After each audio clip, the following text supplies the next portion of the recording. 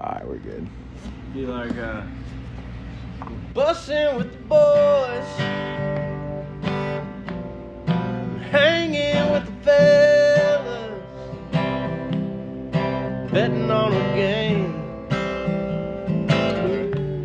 No woman's gonna tell us what to do, and I've been over here just drinking beer and making that noise. Baby, I'm hanging with the fellas, bussin' with the boys. Bro. Ladies and gentlemen, it's Taylor Lewan and Will Compton here for your favorite show involving a bus. We're not on a bus today. We're not on a bus. We are out in Chicago right now, shooting a little late, Sunday night. Sunday night football is actually going on right now. The Falcons are up against the Patrick Mahomes Kansas City Chiefs. 1 minute left. Patrick Mahomes driving. Haven't seen what happens there. Have not seen what happens. So if you solely came to this episode to find out what happened in Sunday Night Football, unfortunately, we don't have the answers for you there. Or Monday Night Football. Because we don't have the answers. answers. We don't have the answers. I will tell you this. We have been doing this for a month now. Doing Probably what? Telling people to subscribe at the beginning of the show. Yeah. And it's repetitive, it's redundant, it's all the things that could cause the everyday viewer to be like, come on, guys, let's stop begging. But it works. We're noticing that new viewers, when we just ask this question, please do us a favor and just press the button that says subscribe. Does it change your life at all? No. Does it change our life at all? Absolutely yes. So let's just get that out of the way. Shameless ask. Go ahead and press that subscribe button. And while you do, I'm going to tell you about the most durable, reliable vehicle on the road, and that is the Chevy Silverado, which we are presented by. There's a reason why we've never done a tier talk of best pickup trucks, and that's because for Bussin' With The Boys, there's only one pickup truck, and that is the Chevy Silverado. Why is that? Silverado is a partner you can depend on. We've spent time driving and using Silverados for all kinds of adventures and other shenanigans. Silverado is a partner with us on the spring tour and will be again on the fall tour. By the way, the fall tour has been incredible. Yeah. It's been amazing. Cannot wait to get out to Ohio State at Oregon here in a couple weeks. Yes. Cannot wait to get out to Oregon when they play Ohio State. I feel like that just, you said it right, but I wanted to make sure you were good. Yep.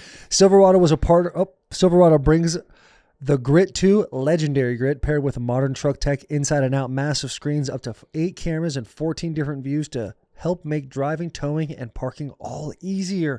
We love the bold blacked out look of the new Silverado HD Trail Boss. There's a reason Chevy is America's most awarded brand for vehicle over the last 3 years, according to J.D. Power. So head over to Chevy.com and build your Silverado and Silverado HD and check out all the current offers on Silverado. Discover a world of strength and capability all behind the wheel of your favorite truck, the Chevy Silverado. Chevrolet received the highest total number of awards compared to all of the brands in J.D. Power's 2022 through 2024 U.S. Initial Quality Studies. Visit jdpower.com/awards for more details. Awards based on 2022 to 2024 models. It's a mouthful. But we got us there. So yeah, it's Sunday. You guys have noticed, I've been out of town doing some stuff in Arizona, doing some stuff in Vegas. Can't really break down the stuff in Arizona, but if you want to, I can definitely break down the stuff in Vegas. They could also watch the vlog we just dropped last Friday. That's true, dude. And if that's doing some good numbers right now. Is it? Yeah. I have looked. I was just happy to give you a compliment. Because to me, every time I go to Vegas, it's essentially like, please God, boys, watch this so I can keep going to Vegas as much have as a reason possible. to continue to go. Right. The minute those numbers start to drop, the rest of the boys will be like, do you still need to go? And it's like, mentally, yes. I genuinely have an issue with playing cards now. I genuinely have that addictive personality. And it's really just affected me in a big way. But yeah, the vlog, I thought Jackie, JP, everybody who put their fingers on that editing process did an amazing job because it's a lot of fun to watch. Going back to, you were reading the Chevy Silverado ad, and right before the show, we were talking about you being in the market for a big boy. Yeah. Are you thinking about going? So we've had conversations about what trucks look best, and I love your ZR2. I think it's so sick. Here's my problem. I have a weird get thing. One. We could get uniform trucks. Uniform trucks? Yeah, I know you like unis. That does fire me up a little bit. But like for me, it's like I want a truck, but with just a little Taylor twist to it. I want something that, lets me say it's mine and it's special to me because I chose to do this. Now you can do that with the lift and everything like that, but I see so many ZR2s out there. And the next you say so many. There's not so many. I see a lot, dude. Like I said, Vegas, Arizona. I just feel like People listen to the show. They're hearing us talk about the ZR2. Yes. So and they're like, I got to give me some of that. And it is a beautiful vehicle. All those cameras and everything are incredible. But I see so many of them out there. And I've always been a guy that admired a diesel. I've always been a guy that saw a cowboy on the ranch get into his diesel truck with his dog in the back and thought to myself, fuck, he's cool. I want to be cool too. So I believe in my heart that the next truck I get is going to be a diesel truck, like a 2500 or a 3500. But then we got onto this conversation. Yeah. And essentially you'll find out that Will and I are probably saying the same things, just with different lenses of glasses on. But my thought process is, when you see a 2500, like I see a guy with a truck, you think, there's a man. That's a guy. That's a dude. Yeah. You see a guy with a 2500, 3500 diesel truck, you think all the things you thought about the guy with the truck, but just maybe like a little bit more. Like, oh shit, maybe hey, what's he up to? That guy's so handy. But the concept of it is like that man has a real blue collar job. Yeah. And so that's if you're sitting up in a diesel, I think it fits your body type, your size and all that stuff. Yeah. You're a man. I'm a man. But contrary to popular belief. That's the perception I get when I see somebody ripping around in a diesel. It's like, okay, they get their hands dirty. They work with their hands. You know what's the saying? It's like all hat, no cattle. Like guys with diesels, I'm just assuming they're all cattle. Yeah, they got a hat to go with the cattle. Yeah. I'm with you. And if you're ripping around in a diesel, I'm thinking, you know me too well to know that I have no cattle. Yeah. There's not a lot of cattle. There's no cattle. Yeah. No trousers, no cattle. Whatever the bad version is. You're calling me, if we're in middle school, you're calling me a poser. I'm not taking it as an insult, but that's what's happening right now. Okay. Yeah. And now I have to go into the mental struggle of weighing the pros and cons. Is, will my best friend thinking of me as a poser affect my purchase? And honestly, it's 50-50 right now. It's really a coin flip on whether or not I change my mind. But maybe I just want you to get a ZR2 so I know we got a duo going on. I know, that would be. And you have. Just blacked out. You have, in my opinion, the best one. Because there's a lot of different colors you can have. Yeah. And there was one vehicle creator, we won't say the vehicle creator he was, but he had a famous quote that said you could have any color you want as long as it's black. Yeah. And that is a tried and true statement for you when it comes to vehicles. Yeah. I'd like to get some tires on it. Some different different wheels. Tires, and I like a inch, quarter and a half inch like space of the tires. They kind of come out of the wheel wells a little bit. Just a little. Gives that bulldog look. Yeah, just a little. Like you can't be pushing this truck around. Yeah. Yeah. I'm with you on that. Do you want to talk about the good or you want to talk about the bad? What is it? It's your choice. What subject? It's your choice. Good or bad? Let's get the bad news out of the way first. Nebraska. Dog. I thought you were going to go Titans. We'll talk about them too, because that's the good, the bad, and the ugly. That's the ugly. Yeah. I won't lie. I was very bothered after we lost. I took it like everybody else. The boys on the field, in the locker room, in the stadium, the fans everywhere, all over the world. That was a tough loss for us. And it sucks because we had like 10 penalties. Felt like we were a little self-sabotaging. We're going on the game-winning drive. The boy Dylan, who is a stud, by the way. He is a stud. He is the guy. But we have a tight end running open in the end zone, going to the end zone. He just overthrows him a little bit. That hurt. Not near as bad as the missed field goal wide left. Yeah. We had about a 35-yarder to go up 3 very late in the game. We didn't hit that. We didn't hit that touchdown. We had a 50-50 ball go up earlier in the game that turned into an interception in the end zone. Yeah. Great ball, great going up to get it. The defender made a great play. He came down with an interception. So it's like thinking of those things, it sucks because we know we're the better ball club. However, we did not come away. We don't shoot ourselves in the foot. We blow our foot off in overtime. Start with a penalty. Yeah. Dylan's just getting ate up in the backfield like it was gobbled up, dude. Gobbled. Gobbled, no pause. No diddy. Yeah, no diddy. That boy was running around for his life. Yeah, and it was it sucked, man. Like I had a little birthday dinner. They wheeled in the TV for us so we could watch the game. Everybody else was having a good time. I'm dialed into the football game. Yeah. And we lost that game, and it was it felt like any other loss I've taken on the football field because I feel like I'm just a part of this team.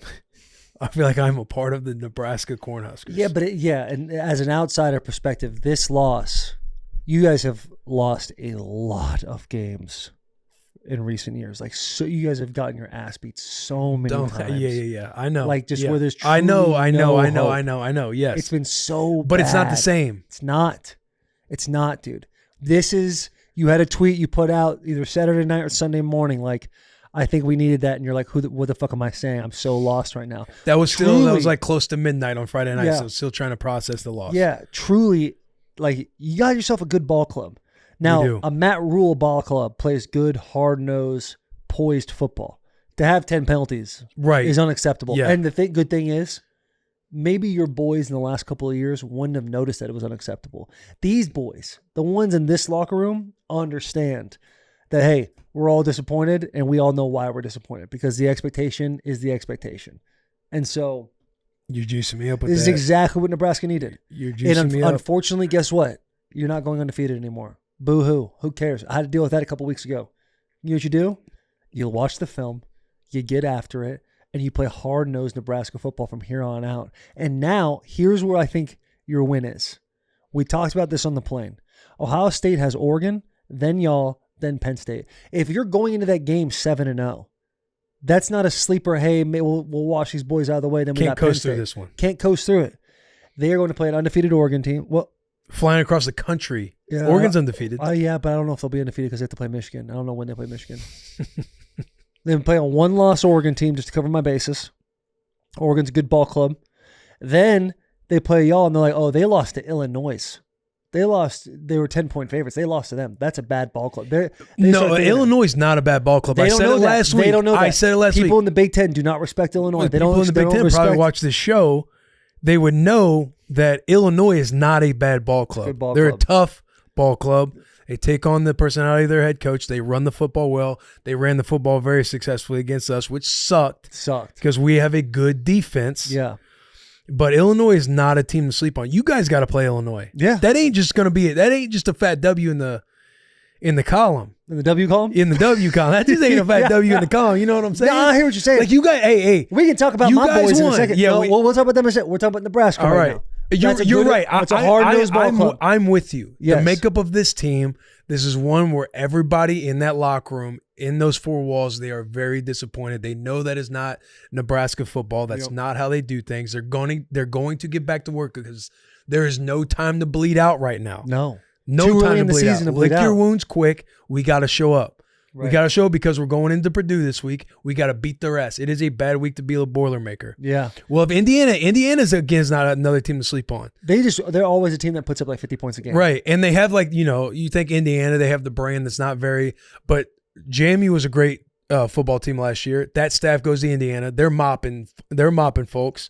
They killed UCLA, which UCLA played a tough game against LSU. Now, whether or not LSU is actually a good team is yet to be seen. Yeah. But Indiana, again, is not a team to sleep on. I think obviously I'm looking at, I can't wait to bounce back. I hope we win Ohio State and stuff like that, but we still we got to get better this week. You got to put Purdue in a coffin. Yeah, we got to put them in a fucking coffin. You're saying the same thing that everybody who watches this show knows. The Big Ten's the best conference.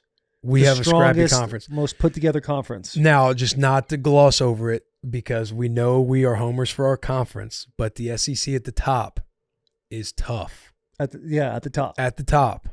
Georgia, Alabama, Tennessee, Alabama, Ole Miss. Tennessee, Ole Miss. Yeah, they had a good. Tennessee beat the hell out of Oklahoma. Yeah, handled them. And I said this to you earlier. I think Vols Country's got a lot to be excited about right now. Yeah, we'll find out October 19th. Alabama. I wonder who they have before then. Yeah, same. Usually we have no monitor or nothing. Yeah, but let's just assume they don't play Georgia or Ole Miss. They might though. Before then, I think they do. Go ahead, pull that up. I'll just keep talking. All that to be said, I see Nebraska upsetting Ohio State in a few weeks, which makes me really excited. I think that's a big one. Ohio State deserves. They just paid for their they paid for their success, and that's not an admirable thing to have.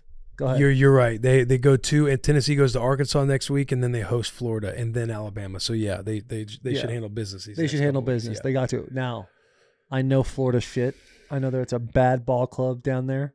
I don't know exactly what town it is, but that's a trap game. You think so? For Tennessee? Yeah. I mean, it is college ball. It's college ball. Florida's ass. Everyone knows their ass. No Right. disrespect to the Gators. I think Seriously, you guys had a Napier's great he's run on the in hot 12s. seat. They're looking at cleaning house. Yeah. And so it's kind of one of those things like Tennessee just better buck up for that one. Yeah. Just do what they did to Chattanooga and be up 50 points at halftime. That's what we really want to do. So, yeah, we got out of it. We feel good about Nebraska. We feel good about the fact that you went to your birthday party and you sat there on your phone the whole time. It sucked, but again, we're in a position where this type of team, this outfit that we have, we could easily be in a spot later in the year to where we look back at this Illinois game and say that was the best thing that ever happened to us. Right. Because Michigan. I know you're riding high. Yeah. And you know what? You're riding high to where you're saying we're gonna mop Oregon. We're gonna, not mop. Who else do you got? You know what's changed? Mop Illinois. You know mop what my Oregon. narrative? You know how much my narrative's changed? It hasn't. I literally I said 2 weeks ago on the podcast, right after Texas, you're looking at a 10-1 football team going against Ohio State. Right now, everything I said plays. Okay. USC comes in. They put Orgy in. Now Orgy, we played football on Saturday. And just pretended like the forward pass didn't exist.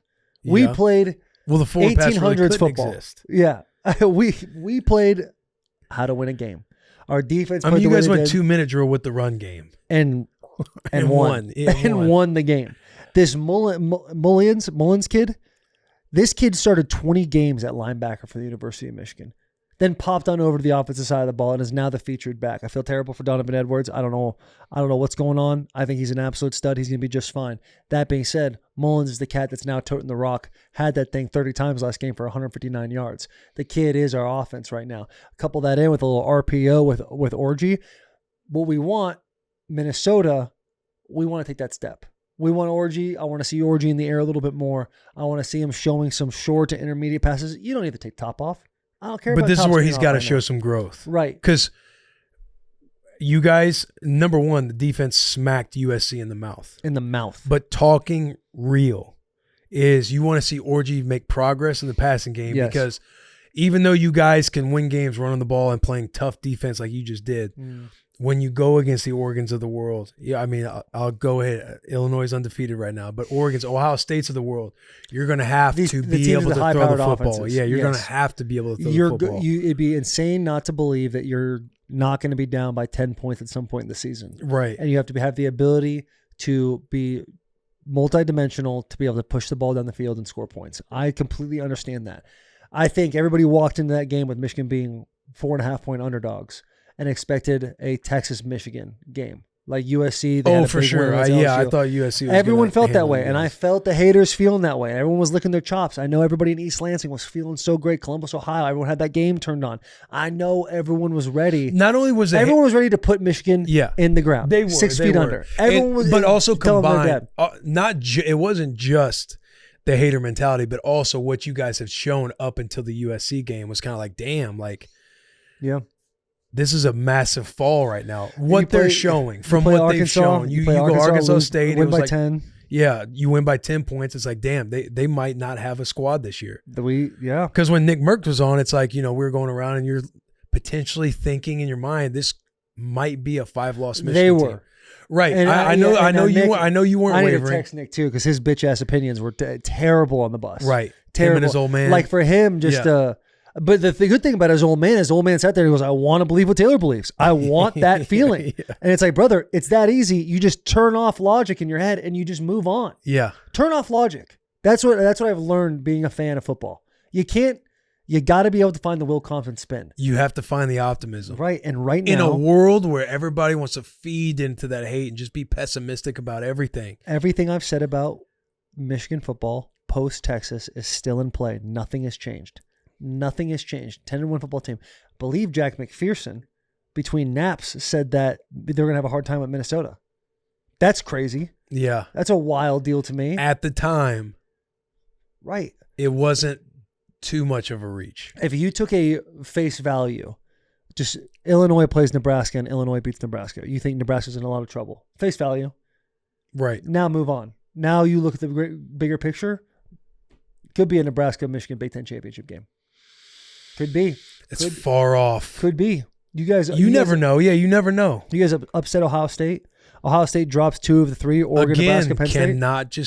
Cannot just skate by Indiana. Rutgers is also undefeated right now. Rutgers is number 2 on Dave's Big Ten rankings. That's wild. 2 or 3. They're top 5. Yeah, they've been around for a while. They've been around. They've been in the football game for a while. But all to say, we can't just gloss over the Rutgers and Indiana game. Yeah, we just can't right now. Are you talking about Nebraska? Yeah, absolutely. Because you're saying we upset Ohio State. You're going like 4 weeks ahead right now. Yeah, you know what I mean. I'm a 30,000-foot view fan of Nebraska. Like to be perfectly honest, if I didn't know you, I would probably never think about the University of Nebraska once in my life. I know you, and now my algorithm's fucked up, and it's only showing me Nebraska stuff. So Nebraska's constantly on my mind now. Yeah. I just look at it as a general fan being like, that's the game you have to worry about. Right. Because Iowa looks bad. I still think of Indiana as lesser than. I think of Rutgers as lesser than. I think of Minnesota as lesser than. And it's just, I didn't have a whole lot of success in college football as far as a team sport goes. Mm-hmm. But we handled those teams. Right. We never played Rutgers. First Big Ten game I ever played. Right. Shootout against Indiana, win that game. Yeah. So that's all I got to say about that. Yeah. You know? Yeah. It's a war, dude. And the good thing is we're almost the halfway point of the college football war. Yeah. And you're in a much better place this year than you were last year. The good thing is neither of our teams we are not even close to touching any panic button. You guys weren't after Texas. We are not after Illinois. Right. A team that should be touching the panic button, in my mind, we're moving to NFL right now, but the Tennessee Titans. We interrupt this episode to bring you sport clips. This football season, don't walk around with helmet hair like a total rookie. You've been in the game long enough to know that how you wear your hair matters, and just because your team's mascot is a Wolverine, yes it is, doesn't mean you have to look like the one on top. Keep your head in the game and go to Sport Clips. Their pro stylists have mastered the X's and O's of men's hair so you can get a tight fade while kicking back and watching some fade routes on TV. It's called a Hail Mary, not a Hair Mary. Okay? So don't go just anywhere. Head over to the pros in men's hair. They'll have a perfectly crafted game plan to make you look your best. No halftime adjustments needed. Remember, the difference between an okay haircut and a great cut is called Sport Clips. It's a game changer. Let's get back to this episode. I think before the year started, there was people counted out Tennessee, which now it seems like they're being proved right. Yeah, 5.5. There's some optimism, some underappreciated, unseen optimism going on because of they're bringing these receivers. You got Bill Callahan. The mistake I made was assuming that Bill Callahan was just going to come in and fix the offensive line, knowing that it's still a very young offensive line. Yeah, and there's going to be growing pains. I do feel like the way that Will Levis, there was like 6 sacks given up today. My man was knocked down about 8 times. Yeah. Here's the deal. I'm not scared about the offensive line right now. They had a really bad second half. But paint the picture of why you're not scared with the offensive line. Because I think they've showed glimpses of hope. They have done a good job for the most part of the run game and the pass game. This game, you can throw this one out the window. You had some very glaring mistakes by multiple players in that offensive line. The one that comes to my head is, Nicholas Petit-Frere. He got a guy in a wide 9 technique. He turns his shoulders and his hips. The guy makes an inside move, clean, not even touch sack. And I think that caused a fumble, which caused a turnover. Those types of things. If I'm Bill Callahan, if I'm Nick, I'm sure Nick right now is probably on suicide watch sitting in his house because everyone's been there before. I've been there before. Every single offensive lineman who's had a bad game knows that you don't have stats. The only stats you have are the things that are bad.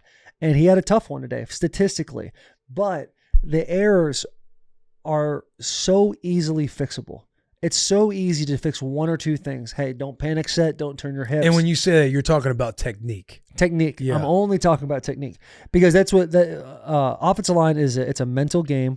It's a physical game and it's a technique game. You have to be able to be really good at all 3 of those to be successful. The easiest thing to fix is technique.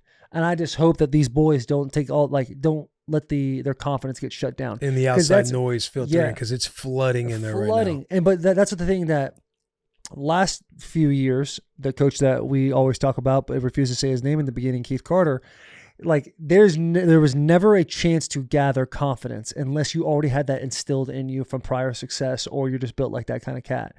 Now, what they have now, Callahan, you saw them in the first couple of games firing on more cylinders than they have been in the past, doing a great job of changing sets up, changing punches up, passing off games and slides.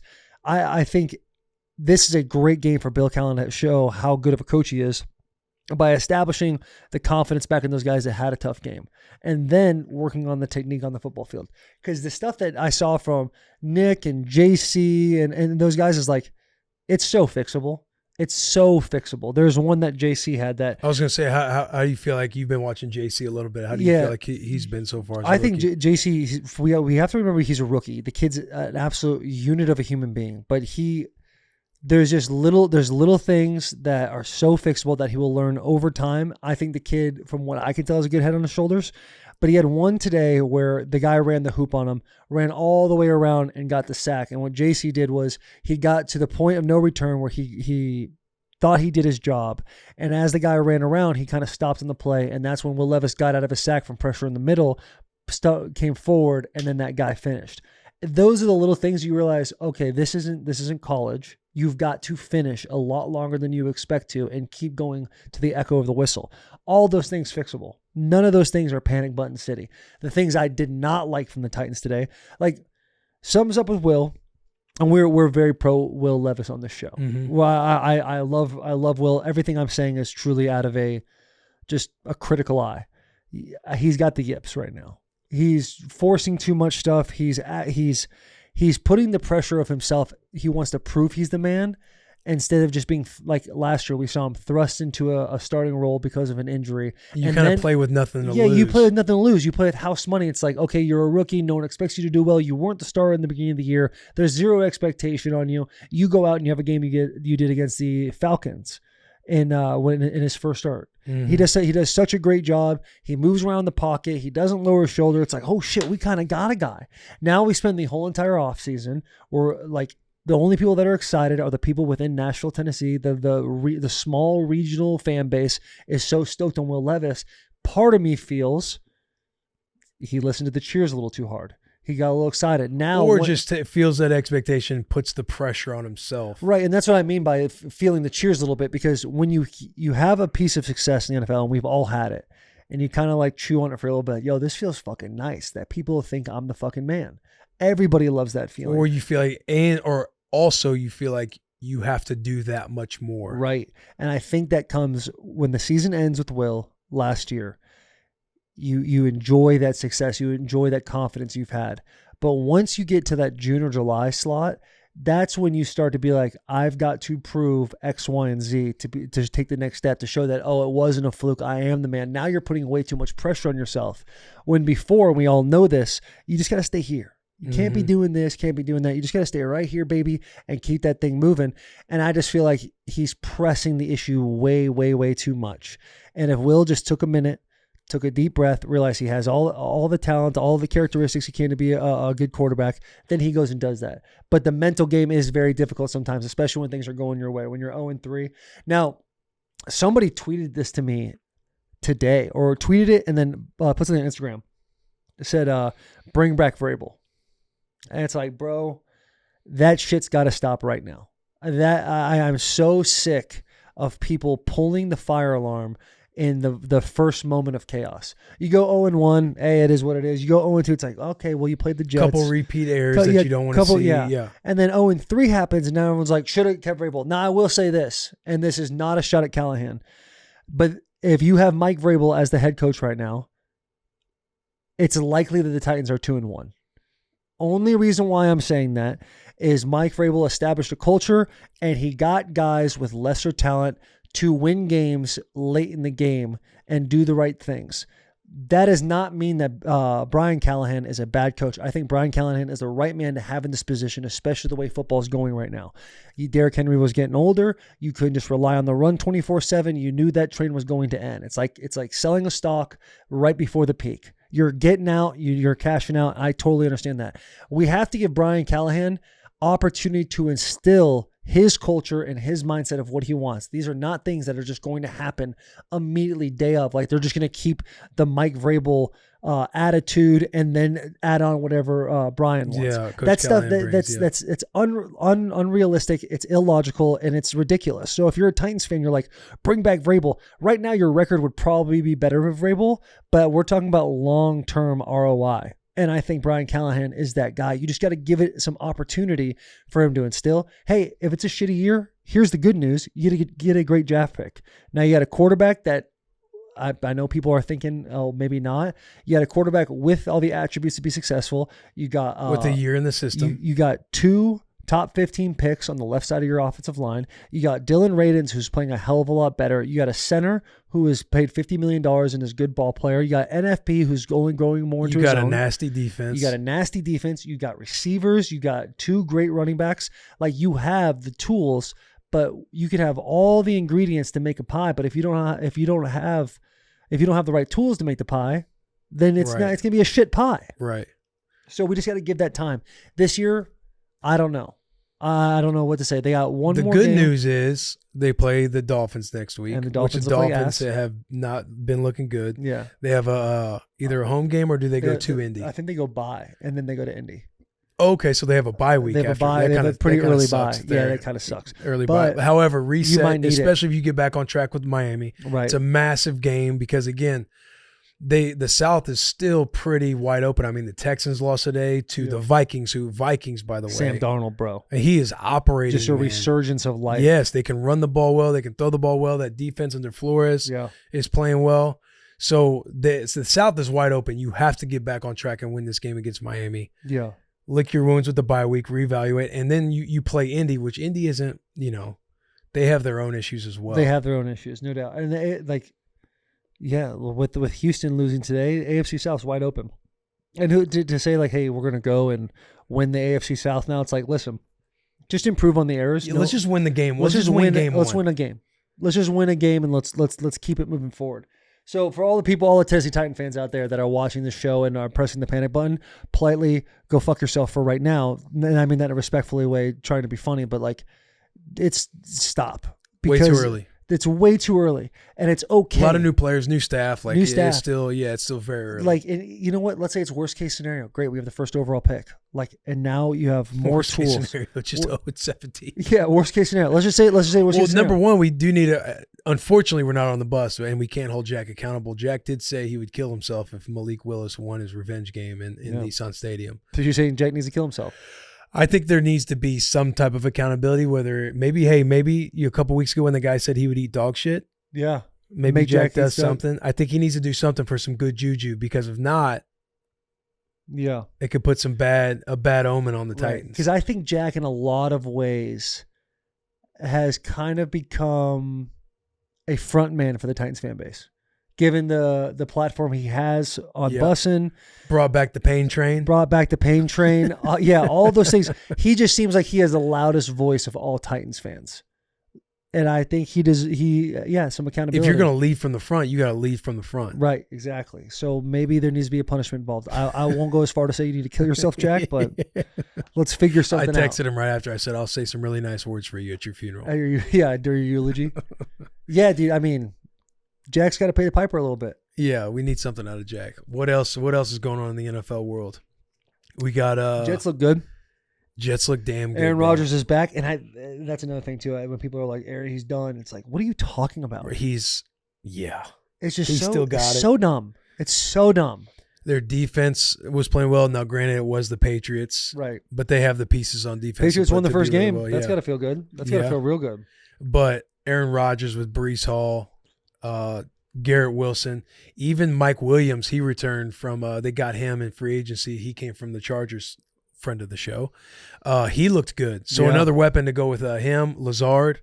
But yeah, the Jets could be picking it up. Just got a little something going. That fires me up because I don't know when the world became so 50-50 on Aaron Rodgers of like not liking him and liking him. Probably all the political stuff that Aaron gets out there on. Yeah, but who doesn't agree? No,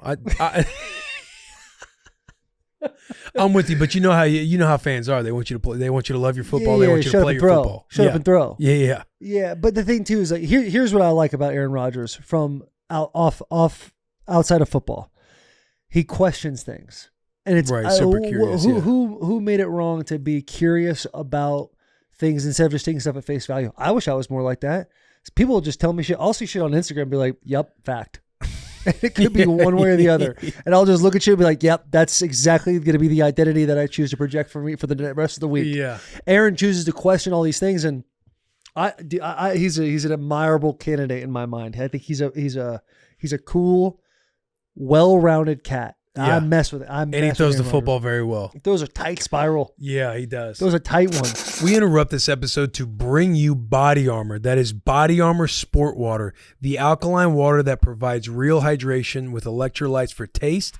Everybody is always drinking it around the office out here in Chicago HQ. The sports drink, the zero sugar, and even the Flash IV after a long weekend. We can't get enough of Body Armor. The Sport Water, in my opinion, is the best water on the market. Your boy just hit a 5K the other day, and Body Armor Sport Water was what kept your boy hydrated. Head on over to your local 7-Eleven and get your Body Armor Sport Water today. Back to the episode. You did a 5K? Today. Did you really? Yeah. Walked the last minute. And something we glossed over that we didn't spend really any time on, but the genius that Coach LeFluer has at Green Bay. I mean, Malik Willis, winning games with Malik, and I'm not saying like Malik's a terrible quarterback by any means, but I think everybody would assume that when they lost Jordan Love that they weren't going to pop off 2 in a row and be flying around like they are. Especially and him taking care of the football like he is and building an offensive plan that fits him and adapting to the players he has on the roster.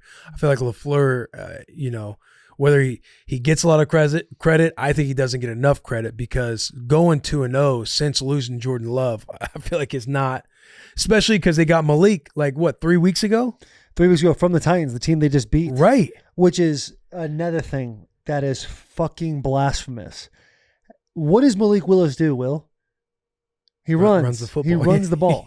He's not a guy that is going to, he at least from the time I was there, he was not a guy that dissected the coverages and understood where his hot routes were and stuff like that and where his, line was sliding to and moving to. So you have the blueprint of a guy that's been in your building for an entire camp to see, we should trade this guy. This is why we're going to trade this guy. And then you let that guy beat you.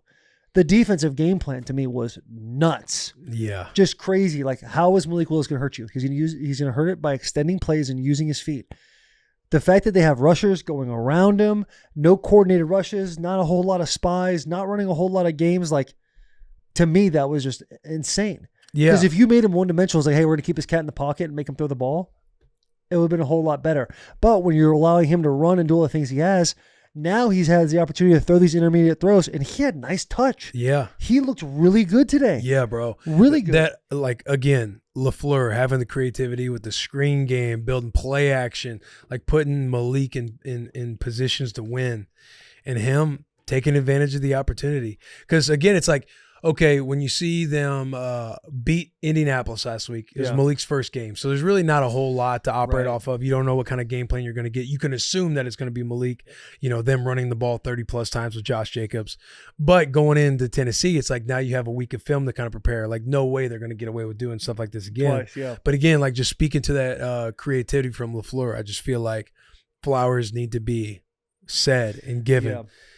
As much as we want to critique and pull apart all the tight stuff. Yeah, because we were based in Nashville. Right, we are based in Nashville. Good. I'm glad you reined me back in because you started with giving Matt flowers and then I just critiqued the Titans. You're the defense, but also dude, I mean, Matt, he was OC for 1 year at the Titans and he was so great and the Packers were like, we got to have this guy. Yeah. And he's proven to be the dude over and over again, strategically using his players' okay, you had Aaron strengths. Rodgers, of course they were going to be successful. Jordan Love, damn, they got lucky again. They found another one. But then Jordan Love goes down and you got a backup in Malik who just showed up with a backpack on. Right.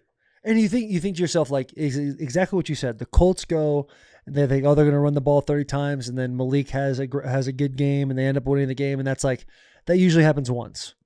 And then they start to get figured out because there's a week of film, and you start to understand the kid's strengths and weaknesses. Kind of like how I view the Panthers right now. Like they come and they get their win. Yeah, and it's like a lot of times believe. with a quarterback change or a interim head coach, like you fire a coach and the interim head coach comes in. Usually that team, for whatever reason, just wins the next week. I have no idea why. The locker room just rallies around the back of for quarterback. whatever reason. And it's like the Panthers are still dead. Like it's just no shot. It's not happening. Now, Andy Dalton, dude, I'm stoked for him. Right. That's going out awesome. getting a win. I can't believe the Raiders dropped that one, man. I know. And they got handled too, which was surprising. They go across the country and get a massive win against the Ravens. Big time underdogs.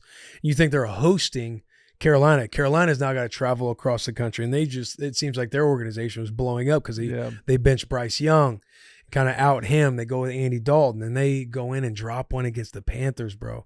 You see Antonio Pierce after the game? Yeah, I did. That was a badass quote. Right. Badass quote. As the game went along, it seemed like guys started to make business decisions. We will make business decisions moving forward as well. Yeah. I don't know if that's sound the alarm. There should be a little bit of a panic button that you're saying something. That quote is a quote in week 3 of the NFL. Yeah. You know what I mean? Usually you're thinking, usually you get something like that back half of the year if you're kind of out of it. We're going to see who really wants to play football, who really loves football. You know those speeches. If AP's about that business, someone's getting cut on Monday. Yeah. Well, I better see, per Adam Schefter, someone getting cut from the Raiders. Right. I better see that. Right. And you know with AP too, like the way that kind of culture, that leadership is, like he wouldn't just say that unless they all kind of identified a player or two that they're thinking about. They're like, we got to get this guy out of here. I wish I did a better job of watching that game because I was at the Titans game today. Yeah. For like the first time in forever. But yeah, dude, you've got to, like, the thought, it's just crazy to me that dudes do that, make business decisions. Yeah. I would love to know which player or two, however many, whoever he's thinking about, and kind of go watch that. Yeah. Max would tell us. Yeah. Max would tell us. Hey, who was it? Go check the all 22 and then see a couple of these plays. Yeah. Because, I mean, if a coach is saying that now, again, I don't know if it's like, this is bad news for the season, or this is like they've identified they're getting rid of the poison in the locker room and it'll be beneficial. I'm sure it'll be beneficial. Sounds like AP's going to cut the grass and find the snakes. Right. That's what he wants to do. Right. Because you can't be having that poison in the locker room, bro. You can't be having dudes getting in small groups talking shit. Yeah. That's how losers work. Yeah. Right? Old Vrabelism. Dude was solid with his quotes, man. I'll give him that. Yeah. I will give him that. Always tough with his quotes. But yeah, dude, he just... I want the Raiders to be successful so bad because I think that's such a great franchise. And a dude like Max, who's just a killer. He just lays it on the line every Sunday. Every day. And, Bobby Spillane. I want to give some love to Bobby Spillane. He was playing football. with his. I love football. I love it. Dude plays with his hair on fire because I was watching their game. I was breaking down their game on the old All 22 last week, them versus the Ravens. And Spleezy, man, he plays, bro. Like that, huh? Yes. Plays hard, man. Makes plays. Put me on game with his all 22. It's like watching the iPad when you. Yeah. So NFL Plus Premium. Hey, no free shout outs, NFL Plus Premium. Yeah. But you get on there, you can watch basically the coach's tape. You can watch the side angle, the back angle, and it's like watching film. Oh, I mess with that. I just started doing it last week, and low key, I'm kind of falling in love with. Really? Like, you just feel like you're back in the film and like actually breaking down situations. Yeah. So do you have on your phone? Yeah. Oh, so you can just watch film tablet, on your phone. Laptop, whatever. Yeah, you can watch it. Like if I pull out my phone right now, we could watch the all 22. Did you see? So talking about subscriptions and everything, did you see the stat that came out about to watch every single NFL game this year? It's like your monthly bill is like $399 a month. No. They got me because I got them all. The streams have finally got us. The streaming era. Because remember, like, it was like Netflix came out and it was like, you get this, it's $8 a month and you get all these movies. And they're like, well, we're going to do it too, but we get these movies instead. And now it's like. And you're thinking, okay, for probably a total like $30-$40, like I'll just get these streaming services and get rid of cable. Yeah, which we all did. I remember when you told me you got rid of cable, I was thinking to myself, yeah, bro, I don't really watch cable. Literally, I think 2 weeks later, I called. I was like, hey, shut it down. We're done here. Yeah. Like, yeah. But don't now let the door hit you in the ass on the way out. Now they got us. Now we're fucked. We gotta go back to cable. You gotta have basically every streaming. I know, because it's the platform. It's the Amazon. It's the Peacock. Because it feels like every platform has bought some type of game. I know. Even like, Netflix got a game this year. We got Thursday night. This one's on Sunday. Oh, the holidays this year. It's going to be on this platform. Monday Night Football here. Yeah. Hey, there's rumors out there about Netflix. I might be doing that game. Do what? Netflix has a game on Christmas. Did you say you might be doing that game? Yeah. What do you mean? Like I'm on a short list right now. of doing the game, like color commentating? Not color commentating, but probably sideline. Oh, be kind of nice, right? Boys in with the Netflix. I think it'd be kind of sick to do one game color commentating. One game. I think you'd be great at it. I think so too. I mean, if Tom got 300 mil, like throw me 2. Yeah. You know what I'm saying? I'll do one game. Yeah, one game. I'm just saying, I like to check that out. You could call a game, especially if you're prepared. You're prepared. You can do. Yeah. Yeah. Hey, it's easy money. You're like a dad. You're prepared. You can do anything you want. Yeah, but I know my boy. Yeah, I mean, we did that little that playoff thing. I mean, a couple years ago. You had your ESPN debut. Well, not debut. You've been on it before, but you were at the desk doing first take. Yeah, the first take was the most intimidating thing, especially when you get on the monitor and you see the king himself, Stephen A. Smith, right there. Yeah, and I just think it was to myself, get up and first take. Yeah, and get you up, crush it there. Do we talk about that? No, because we've been away, bro. No, I saw you the next week. No, we were away. What? That was week 1. Maybe we did. Yeah, we kind of maybe didn't even talk about it. There's been some things we missed. There's been some things we missed. There's rumors of got his jersey retired. High school. I know, bro. That's got to be so sick. And the key to the city. Yeah. Can I tell you something? I wish it was a key. It is. Big wooden key. No, I wish it was like an actual key in like a glass box, like one of those cool like 1800s keys, like truly. Yeah, but you ain't gonna do like even if you had just a true key. It's not like you're like unlocking the door anywhere. I know, but I just kind of was hoping it would be a metal key. Not your basic janitor key, but like an old school, like... Yeah. I don't know. I think of British people like in London with those big-ass keys. Like, that's what I was thinking of. Yeah. But it's still dope. Yeah. The symbolism of it all is sick. I mean, it was crazy. Yeah, it was dope. Crazy just because, like, I forget if I said this on last week's episode. I don't think I did. But the place where we grew up, like Bonne Terre, Missouri. Yeah. And knowing that I did the ceremony on Friday night, I went to the RJFL, my community football league that I grew up playing in, on Saturday morning. And Dave, the owner of that league, he was saying a lot of nice things. I gave a little speech and everything like that. Nice. But just knowing to go back on that weekend and kind of have like a full circle moment, just knowing the place that we grow up, I was kind of telling the parents and the kids, like, we don't grow up close to an NFL team or a college team. We had the Rams that was over an hour away. You have the Mizzou Tigers. They're about 3 hours away out in Columbia, but you don't have direct access to athletes that you grow up watching on TV. Your inspiration comes from the guys you watch on TV and the varsity football team. Like I had a poster of Jeremy McDowell, who was our quarterback, who went to the 1997 state championship. My parents won this poster, this framed poster at an auction. There's this photo where he's in his pads and he's just holding the ball, like his little individual photo. No shit. It hung up over my bed growing up. PJ Jones was a linebacker I wanted to play like because he had the records and everything else. But you grow up being inspired by the guys you watch on TV, in the NFL, obviously, and then the varsity football team. And to come all the way back, your boy just turned 35, and to be speaking to the league that I grew up, like playing on the same grass that they did, and getting the key to the city, the jersey retired, and all that stuff, and knowing that I am one of those guys that those kids look up to is a super cool thing that I definitely do not take for granted. And it was just a very cool full circle moment for your boy. It really was. That's fucking awesome, dude. So if I went any longer here, a little emotion could probably hit the old eyeballs. You know what I mean? Yeah, we can't have that. Dude, there's nothing better than high school football. There's not. And for anybody to think differently, man, like I went to 2 different high schools and I cherish both of those high schools. You got to go back. You went back to a game this past Friday night. I went back, and I actually want to ask you this question because a part of me like felt weird. Like even when I went to the Titans game today, I felt weird too because you think about like, you watch TV and stuff like that, and you watch like high school football TV shows or whatever, and there's always like the guy who graduated 5 years ago still comes to all the games. Yeah. And even though like I'm 33 years old and I have not been back in Arizona in so long, I kind of felt like, maybe someone was like, "What are you doing?" Yeah. And I shook it off because it was so cool to go on like the Catch Shadows Falcons. They're 3-0 right now, and they're playing Boulder Creek, which was like a division above them, and they smacked the shit out of them. Actually, it was like. They were tied at 14 when I got there, and they're up 3 scores by like halfway through the third. Yeah. And it's like, it's cool, man, because you literally look at the field that they're playing on, and you look at the stands, and even though things are not the same, it's like I did like my journey started at the same place that these kids are starting right now, that I'm literally twice of some of their ages. And it's just cool to like see them look over and tap somebody's shoulder and be like, that's Taylor Lewan. Yeah. And that to me was like, I was like, that is so, it's just surreal. Yeah. So like we had this conversation. I don't know if I talked about it, but October 18th, I'm being put in the Catch Shadows Hall of Fame. Let's go. First guy ever in Catch Shadows Hall of Fame, by the way. First inductee. Shit. And I believe his name's Rob Gilmore. I need to double check his name on my phone, but he like reached out to me and told me I met him for the first time. And they're doing like this parade on Friday morning. And he's like, hey, if you can get there, we'd love for you to be like what's it called? What's the thing called when you're like Homecoming King? No. It's like you gonna get on the Grand Marshal of like their float or whatever. Yeah.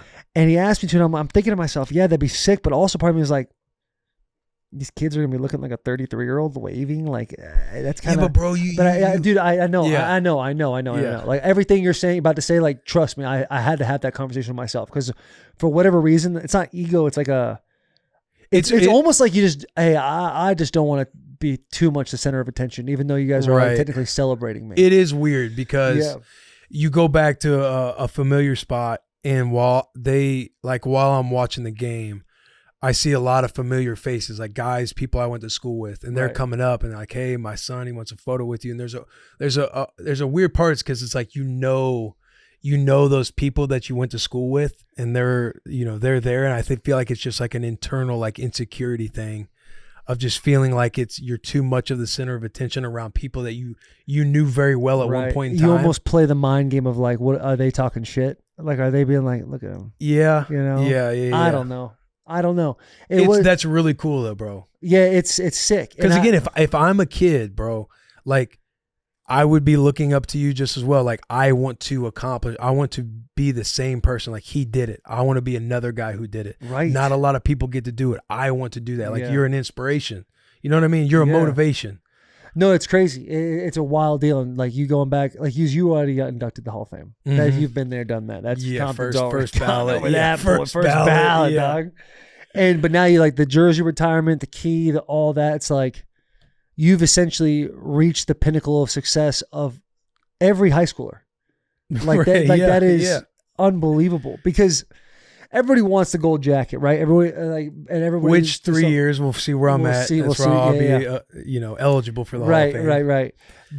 And then everybody, obviously, college Hall of Fame, all that stuff. They want to be remembered at their college, but like dog, high school. Yeah, you do it in high school, man. There's just nothing better than high school. Because high school, that's when it's at its purest form, right? Of football, of sports. Yeah, the boys legit just playing ball. Yeah, and for like the love of the game, coming. chasing a dream. Shadows, dude. Their stands were packed.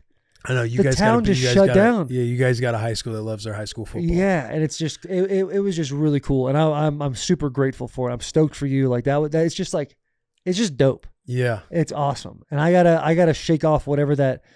And I tell you what was weird too, is all these little kids running around. They're in high school, because I was with Nick Bennett, who we were talking about earlier, and Nick he went to Catch a Shadows with me too, and he's like, bro, you know what's crazy? He's like, all these kids walking around, look how young they look, and he's like, it'd be crazy for you and me to think that we didn't look that young either. When we were that kid. Isn't it wild seeing you're like, man, some girl braces was the game this slow back when I played? It felt like it was just bullets flying everywhere. Bullets flying. And they look so much younger. It's like you felt like you were like a man as a senior in high school. Right. Like I just even walking through the stands and like the kids student section. I just to myself, I was like, I shouldn't be in this area. Like I feel like I'm gonna catch a case, like, just being too close. And it's just it felt so weird. Like, oh, you're old, bro. That's what you are. Yeah. You're just an old guy now. And you come back and we live the glory days. What's funny too is at Catch the Shadows, I was ass. I was actually terrible at football there. Cactus Shadows, was that the first high school? That was the first school. Because your Chaparral was Chaparral was my second. That's when I had like that crazy, insane 3 months or whatever, or 3 weeks. And, but yeah, I was like not even good at Cactus Shadows. I was never the best player on my football team. Right. Never. Well, you were on the D line. You're on the wrong side of the line of scrimmage. Yeah. Obviously there were some issues. Shout out Chad DeGrenier for fucking everything up.